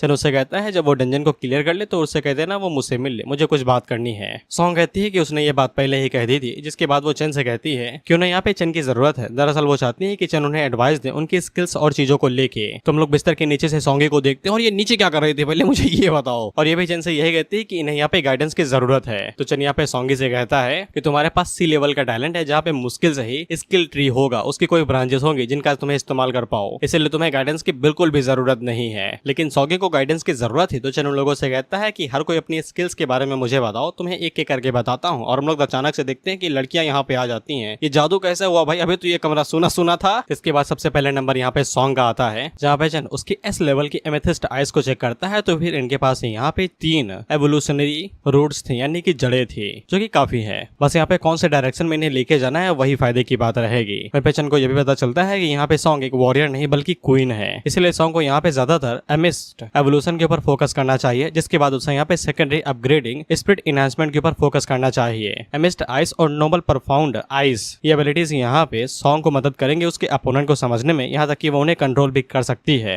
जो कि सॉन्ग के लिए ये ज्यादा सुटेबल रहेगा। जिसपे सॉन्ग आगे से बताती है एमिस्ट आइस यहाँ पे अपोनेंट की एट्रीब्यूट्स को देख सकते हैं। अगर मेंटल पावर ज्यादा हुई तो फिर तुम उनके मूवमेंट्स और उनके माइंड को भी रीड कर सकते हो। और परफाउंड नोबल आइस के साथ में अगर कोई यहाँ पे सॉन्ग के साथ आई कांटेक्ट करता है तो वो लोग कंफ्यूजन स्टेट में चले जाएंगे और अपने रास्ते को भटक जाएंगे कि अटैक करना है कि नहीं करना है, जो काफी ज्यादा अच्छी स्किल है। इसके बाद सीवी की बारी आती है जिसके पास ए लेवल की स्किल है। सीवी चेन को बताती है कि उसके पास यहाँ पे सिर्फ 2 ही स्किल ट्री हैं। तो चेन उसे बताता है कोई फर्क नहीं पड़ता है, यहाँ पे सबसे ज्यादा मायने कौन सी स्किल पहले चूज करते हो इससे फर्क पड़ता है। चेन उसे बताता है कि उसे यहाँ पे थ्रेड व्यू के ऊपर फोकस करना चाहिए। अगर वो उन्हें टारगेट्स को यहाँ पे हाईलाइट कर देगी तो फिर ज्यादातर लोग उनके ऊपर ध्यान देंगे और उन्हें थ्रेड का अपोज मिलेगा। इसके बाद वो सीवी से कहता है इसे अनलॉक करने के बाद ये वाली स्किल अनलॉक करना जिसका नाम है वन सी व्हाट आई सी, जो देखा मैंने क्या देखा। ये उसके हाईलाइट विजन के साथ अच्छे से टीममेट करेगा, जिससे यहाँ पे उसके टीममेट भी उसके हाईलाइट विजन को देख पाएंगे, यानी कि उनकी आंखें शेयर हो जाएंगी। यहाँ तक कि इस बात की संभावना है कि यहाँ पे सीवी फ्यूचर में एक गॉड लेवल की सपोर्टर बन सकती है।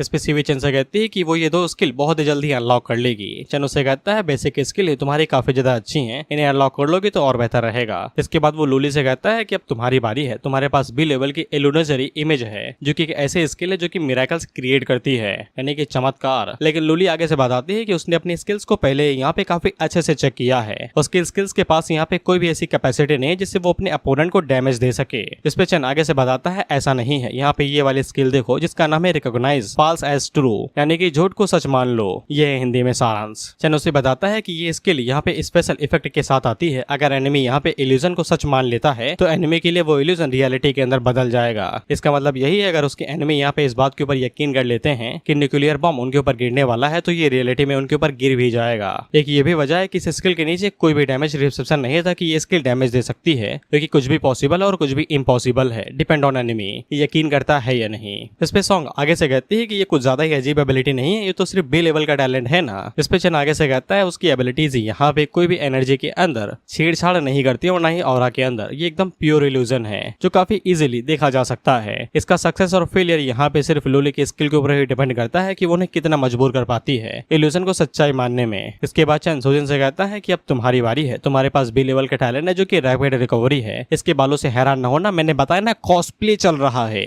चन यहाँ पे सोजन को बस एक एडवाइस ही देता है कि उसे यहाँ पे अपने सभी पॉइंट्स को बराबर बांटने चाहिए ताकि वो तीनों रिकवरी एबिलिटीज का अच्छे से इस्तेमाल करे। इसलिए उसे यहाँ पे stamina plus blood and spirit तीनों के अंदर अपने पॉइंट्स को अच्छे से ऐड करना पड़ेगा क्योंकि ये सभी स्किल्स सबसे पहले उसके ऊपर इफेक्ट करती हैं जिसके बाद वो इनका इस्तेमाल दूसरों के ऊपर कर पाएगी। अगर वो इनका इस्तेमाल दूसरों के ऊपर करना चाहती है तो फिर उसे इन सभी एट्रीब्यूट्स को एक्टिवली यूज करना पड़ेगा। भले ही सुजन की एबिलिटीज यहाँ पे काफी ज्यादा सिंपल हो लेकिन प्रैक्टिकली देखा जाए तो ये काफी ज्यादा अच्छी एबिलिटी है क्योंकि इससे अच्छा मेडिकल टैलेंट आज तक चन ने किसी के पास नहीं देखा है। इसके बाद सॉन्ग आगे बढ़ती है और वो चिपकते हुए कहती है कि सबका हो गया, अब मेरी बारी है। तो चन उससे कहता है कि तुम्हारे पास एकदम कमजोरों वाला टैलेंट है, तुम्हें जरूरत नहीं है गाइडेंस की, भाग जाओ यहाँ से, दोबारा दिखाई न देना, हो सके तो मेकअप त्याग दो अपना। तो वो उसका कंधा ही नोच लेती है। फिर इसके बाद हमें चश्मिश का नाम पता चलता है जिसका नाम लिंग्यू है। लिंग्यू की एबिलिटी बी लेवल की थी जिसका नाम था कॉन्सेंट्रेट यानी कि धैर्य ध्यान लगाना। सॉरी धैर्य नहीं, उसका पेशेंस होता है। इंग्लिश खराब है मेरी यार। चन उसे बताता है उसकी एबिलिटी एक तरीके से क्विक ब्रेन एबिलिटी है जो कि गॉड लेवल का टैलेंट हो सकता है 1v1 की फाइट में। इसीलिए चन यहाँ पे लिंग्यू से कहता है कि उसे सबसे पहले अपना गोल बनाना है और गोल के ऊपर ही फोकस करना है जिससे उसके सोचने की स्पीड बहुत ज्यादा बढ़ जाएगी और उसके पास बहुत सारी इन्फॉर्मेशन आने लगेगी। इसलिए लिंग्यू को यहाँ पे कुछ ऐसी स्किल चूज करनी है जो कि उसके जजमेंट को और ज्यादा बेहतर बना सके बैटल के अंदर। साथ ही में उसे अपनी स्किल्स का इस्तेमाल यहाँ पे 1v1 के बैटल में करना चाहिए अलग अलग एनिमीज के खिलाफ में जिनके पास अलग अलग टैलेंट हो। इस पर लिंग्यू चन से कहती है कि thank you for the guidance. इस पे सॉन्ग चन से कहती है कि इसने तुम्हारे ऊपर फोकस कर लिया, आप छुरा भी भोग दोगे तो भी ये फोकस नहीं हटाएगी तुम्हारे ऊपर से। इस पे चन्नू से कहता है नहीं ये गलत बात है। इस पे लिंग्यू काफी ज्यादा हैरान होती है तो चन्नू से बताता है कि उसे यहाँ पे इस चीज के ऊपर कंट्रोल रखना पड़ेगा कि वो किसके ऊपर फोकस करना चाहती है और कब करना चाहती है, नहीं तो उसका ये पूरा टैलेंट पूरी तरीके से नेगेटिव में चला जाएगा। इस पे लिंग्यू आगे से कहती है कि वो पूरी कोशिश करेगी। बेसिकली इसमें इतना ही करना था कि जल्दी जल्दी से स्विच करना था, एक टारगेट चूज किया तो दूसरे पे भी फोकस कर सको, एक ही पे अटके ना रहो। इसके बाद सॉन्गी दोबारा आती है और वो चन से कहती है अब मेरी बारी मेरी बारी। चन हमें यहाँ पे सॉन्गी के टैलेंट के बारे में बताता है जो कि सी लेवल का टैलेंट है जो कि इंटेलिजेंस जो कि यहाँ पे एक्सपीरियंस और प्रोफिशिएंसी को बढ़ा देता है यानी कि स्किल को मास्टर करने की एबिलिटी। चन उससे कहता है कि तुम कोई भी स्किल यहाँ पे चूज कर सकती हो, जब तुम उन्हें मैक्सिम आउट कर दोगी यानी कि फुल कर दोगी तो फिर तुम उन्हें और भी ज्यादा अच्छे से इस्तेमाल कर पाओगे 10 गुना ज्यादा बेहतर तरीके से। यहाँ तक कि सॉन्गी जब उन्हें सीखने की कोशिश करेगी तो उसके सीखने की स्पीड भी 10 गुना ज्यादा बढ़ जाएगी, वो भी प्रोफिशिएंसी के साथ में। इसलिए सॉन्गी की जो ग्रोथ है वो ऑर्डिनरी लोगों के मुकाबले में 10 गुना ज्यादा होगी। लेकिन इसके बावजूद सॉन्गी को यहाँ पे कई सारी चीजें सीखने पड़ेंगी, फाइटिंग पोस्चर, कॉम्बैट स्किल्स और स्ट्रेटेजी भी, कि जब एनिमी ताकत हो तो फिर धूल आंखों में पेल दो, बेस्ट वे टू फाइट। चन उससे कहता है हालांकि तुम कभी भी मुझे फिजिकल स्ट्रेंथ के अंदर तो अपनी जिंदगी में भी हरा नहीं पाओगी, लेकिन अपनी सुपर स्किल के साथ में शायद से मेरे ऊपर कब्जा जरूर कर लो। इस पे सॉन्गी उसे नोचते हुए कहती है कि हमेशा परेशान कर तो मैं तुम्हें खा ही जाऊंगी। इसके बाद सॉन्ग इन लोगों को बताती है कि यहाँ पे चन ने उन्हें पूरी कोशिश की है और उन्हें यहाँ पे एकदम अच्छी गाइडेंस दी है, इसलिए लोग फ्यूचर में कड़ी मेहनत करेंगे और चन के मुंह पे धप्पा नहीं लगने देंगे कि इतना सब कुछ करने के बावजूद ये लोग हक दिए अपने करियर में। इस पे ये सभी आगे से चिकते हुए कहते हैं नहीं देंगे नहीं देंगे, धब्बा लगने नहीं देंगे। वहीं पे हम लोग आलिन को देखते हैं और इसे वेचन से थोड़ी बहुत गाइडेंस चाहिए थी, हाँ इसे सिर्फ गाइडेंस ही चाहिए थी और कुछ भी नहीं। जिसके बाद हम लोग हान झाओ को देखते हैं और जब वो अपने बेड से उठता है तो फिर उसे यहाँ पे चन दिखाई देता है और ये शायद रियलिटी है, अभी कंफर्म नहीं है भाई, क्योंकि डीमी ने बताया ना था कि वो अपने सपने के जरिए किसी को भी रियलिटी के अंदर टेलीपोर्ट कर सकती है, इसलिए शायद उसने चन को यहाँ पे टेलीपोर्ट कर दिया है। वहीं डीमी चन से कहती है कि डिस्टेंस काफी ज्यादा लंबा था इसलिए उसे नशे हो रहे हैं और वो सो गई है चुपचाप, अब वो दोबारा नहीं उठेगी 2-3 घंटों से पहले। चन उससे कहता है कोई बात नहीं है। वहीं पे हान साओ चन से पूछता है उसकी सिटी कैसी है तो चन आगे से बताता है सब कुछ बढ़िया चल रहा है, हर कोई मेहनत कर रहा है सिटी को पूरी तरीके से परफेक्ट करने के लिए। वहीं पे चन उससे पूछता है कि तुम्हें भी तो रिवॉर्ड मिला होगा ना सिटी बनाने के लिए, तुम्हें कितने पॉइंट्स मिले, तुमने भी ड्रीमी के साथ मिलकर ड्रीम वर्ल्ड के अंदर कई सारे ज़ॉम्बीज को मारा ही होगा। जिसपे हान साओ आगे से बताता है कि उसने सिर्फ एक ही ज़ॉम्बी मारा था। हान साओ चुल्लू भर पानी में डूब मरो मैं दे दूंगा। खैर हान साओ यहाँ पे वजह बताता है जब वो दोनों एक साथ मिलकर ड्रीम वर्ल्ड के अंदर ज़ॉम्बीज को मार रहे थे तो फिर जो चीखने वाले ज़ॉम्बीज थे उन्होंने एक साथ चीख दिया था तो मेंटल शॉक काफी ज्यादा था और ऊपर से हान साओ अपनी मेंटल एनर्जी का इस्तेमाल यहाँ पे उड़ने के लिए भी कर रहा था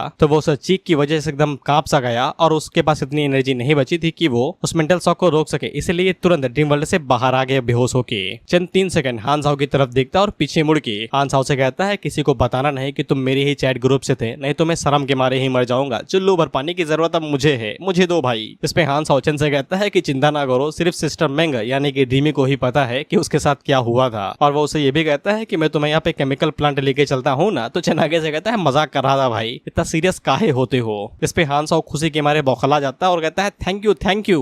वहीं पे हान साओ ने जैसे ही यहाँ पे केमिकल फैक्ट्री के बारे में बात किया था तो चेन के हाथों के ऊपर जो प्लेग मार्क था वो आगे से चमकने लगा था। इसे चेन को यकीन हो जाता है कि ये प्लेग मार्क उसे यहाँ पे SSS लेवल के मिशन के दौरान मिला था और वो जब से यहाँ पे टेलीपोर्ट हुआ है तब से ये लगातार फ्लक्चुएट यानी कि हिल डुल ही रहा है, चमक ही रहा है। इससे उसे यकीन हो जाता है कि जिस केमिकल फैक्ट्री के बारे में हान साओ ने बताया था वहाँ पे कुछ प्लेग ज़ॉम्बीज हो सकते हैं और शायद वहाँ पे कोई प्लेग सेक्ट का मेंबर भी हो सकता है। जिसके बाद हान साओ चेन से कहता है कि चलो चलते हैं। वहीं पे चेन अपने मन के अंदर यही सोच रहा था कि पता नहीं यहाँ पे कौन सा रिवॉर्ड मिलेगा, कहीं उसे यहाँ पे SSS लेवल के मिशन के दौरान कोई रिवॉर्ड न मिल जाए। और इसी के साथ ये एपिसोड यहीं पे ही खत्म होता है। उम्मीद करता हूँ तुम्हें एपिसोड अच्छा लगा हो। नेक्स्ट एपिसोड में देखेंगे कि चेन कौन से प्लांट और केमिकल ज़ॉम्बीज के साथ फाइट करता है। अभी के लिए बाय बाय।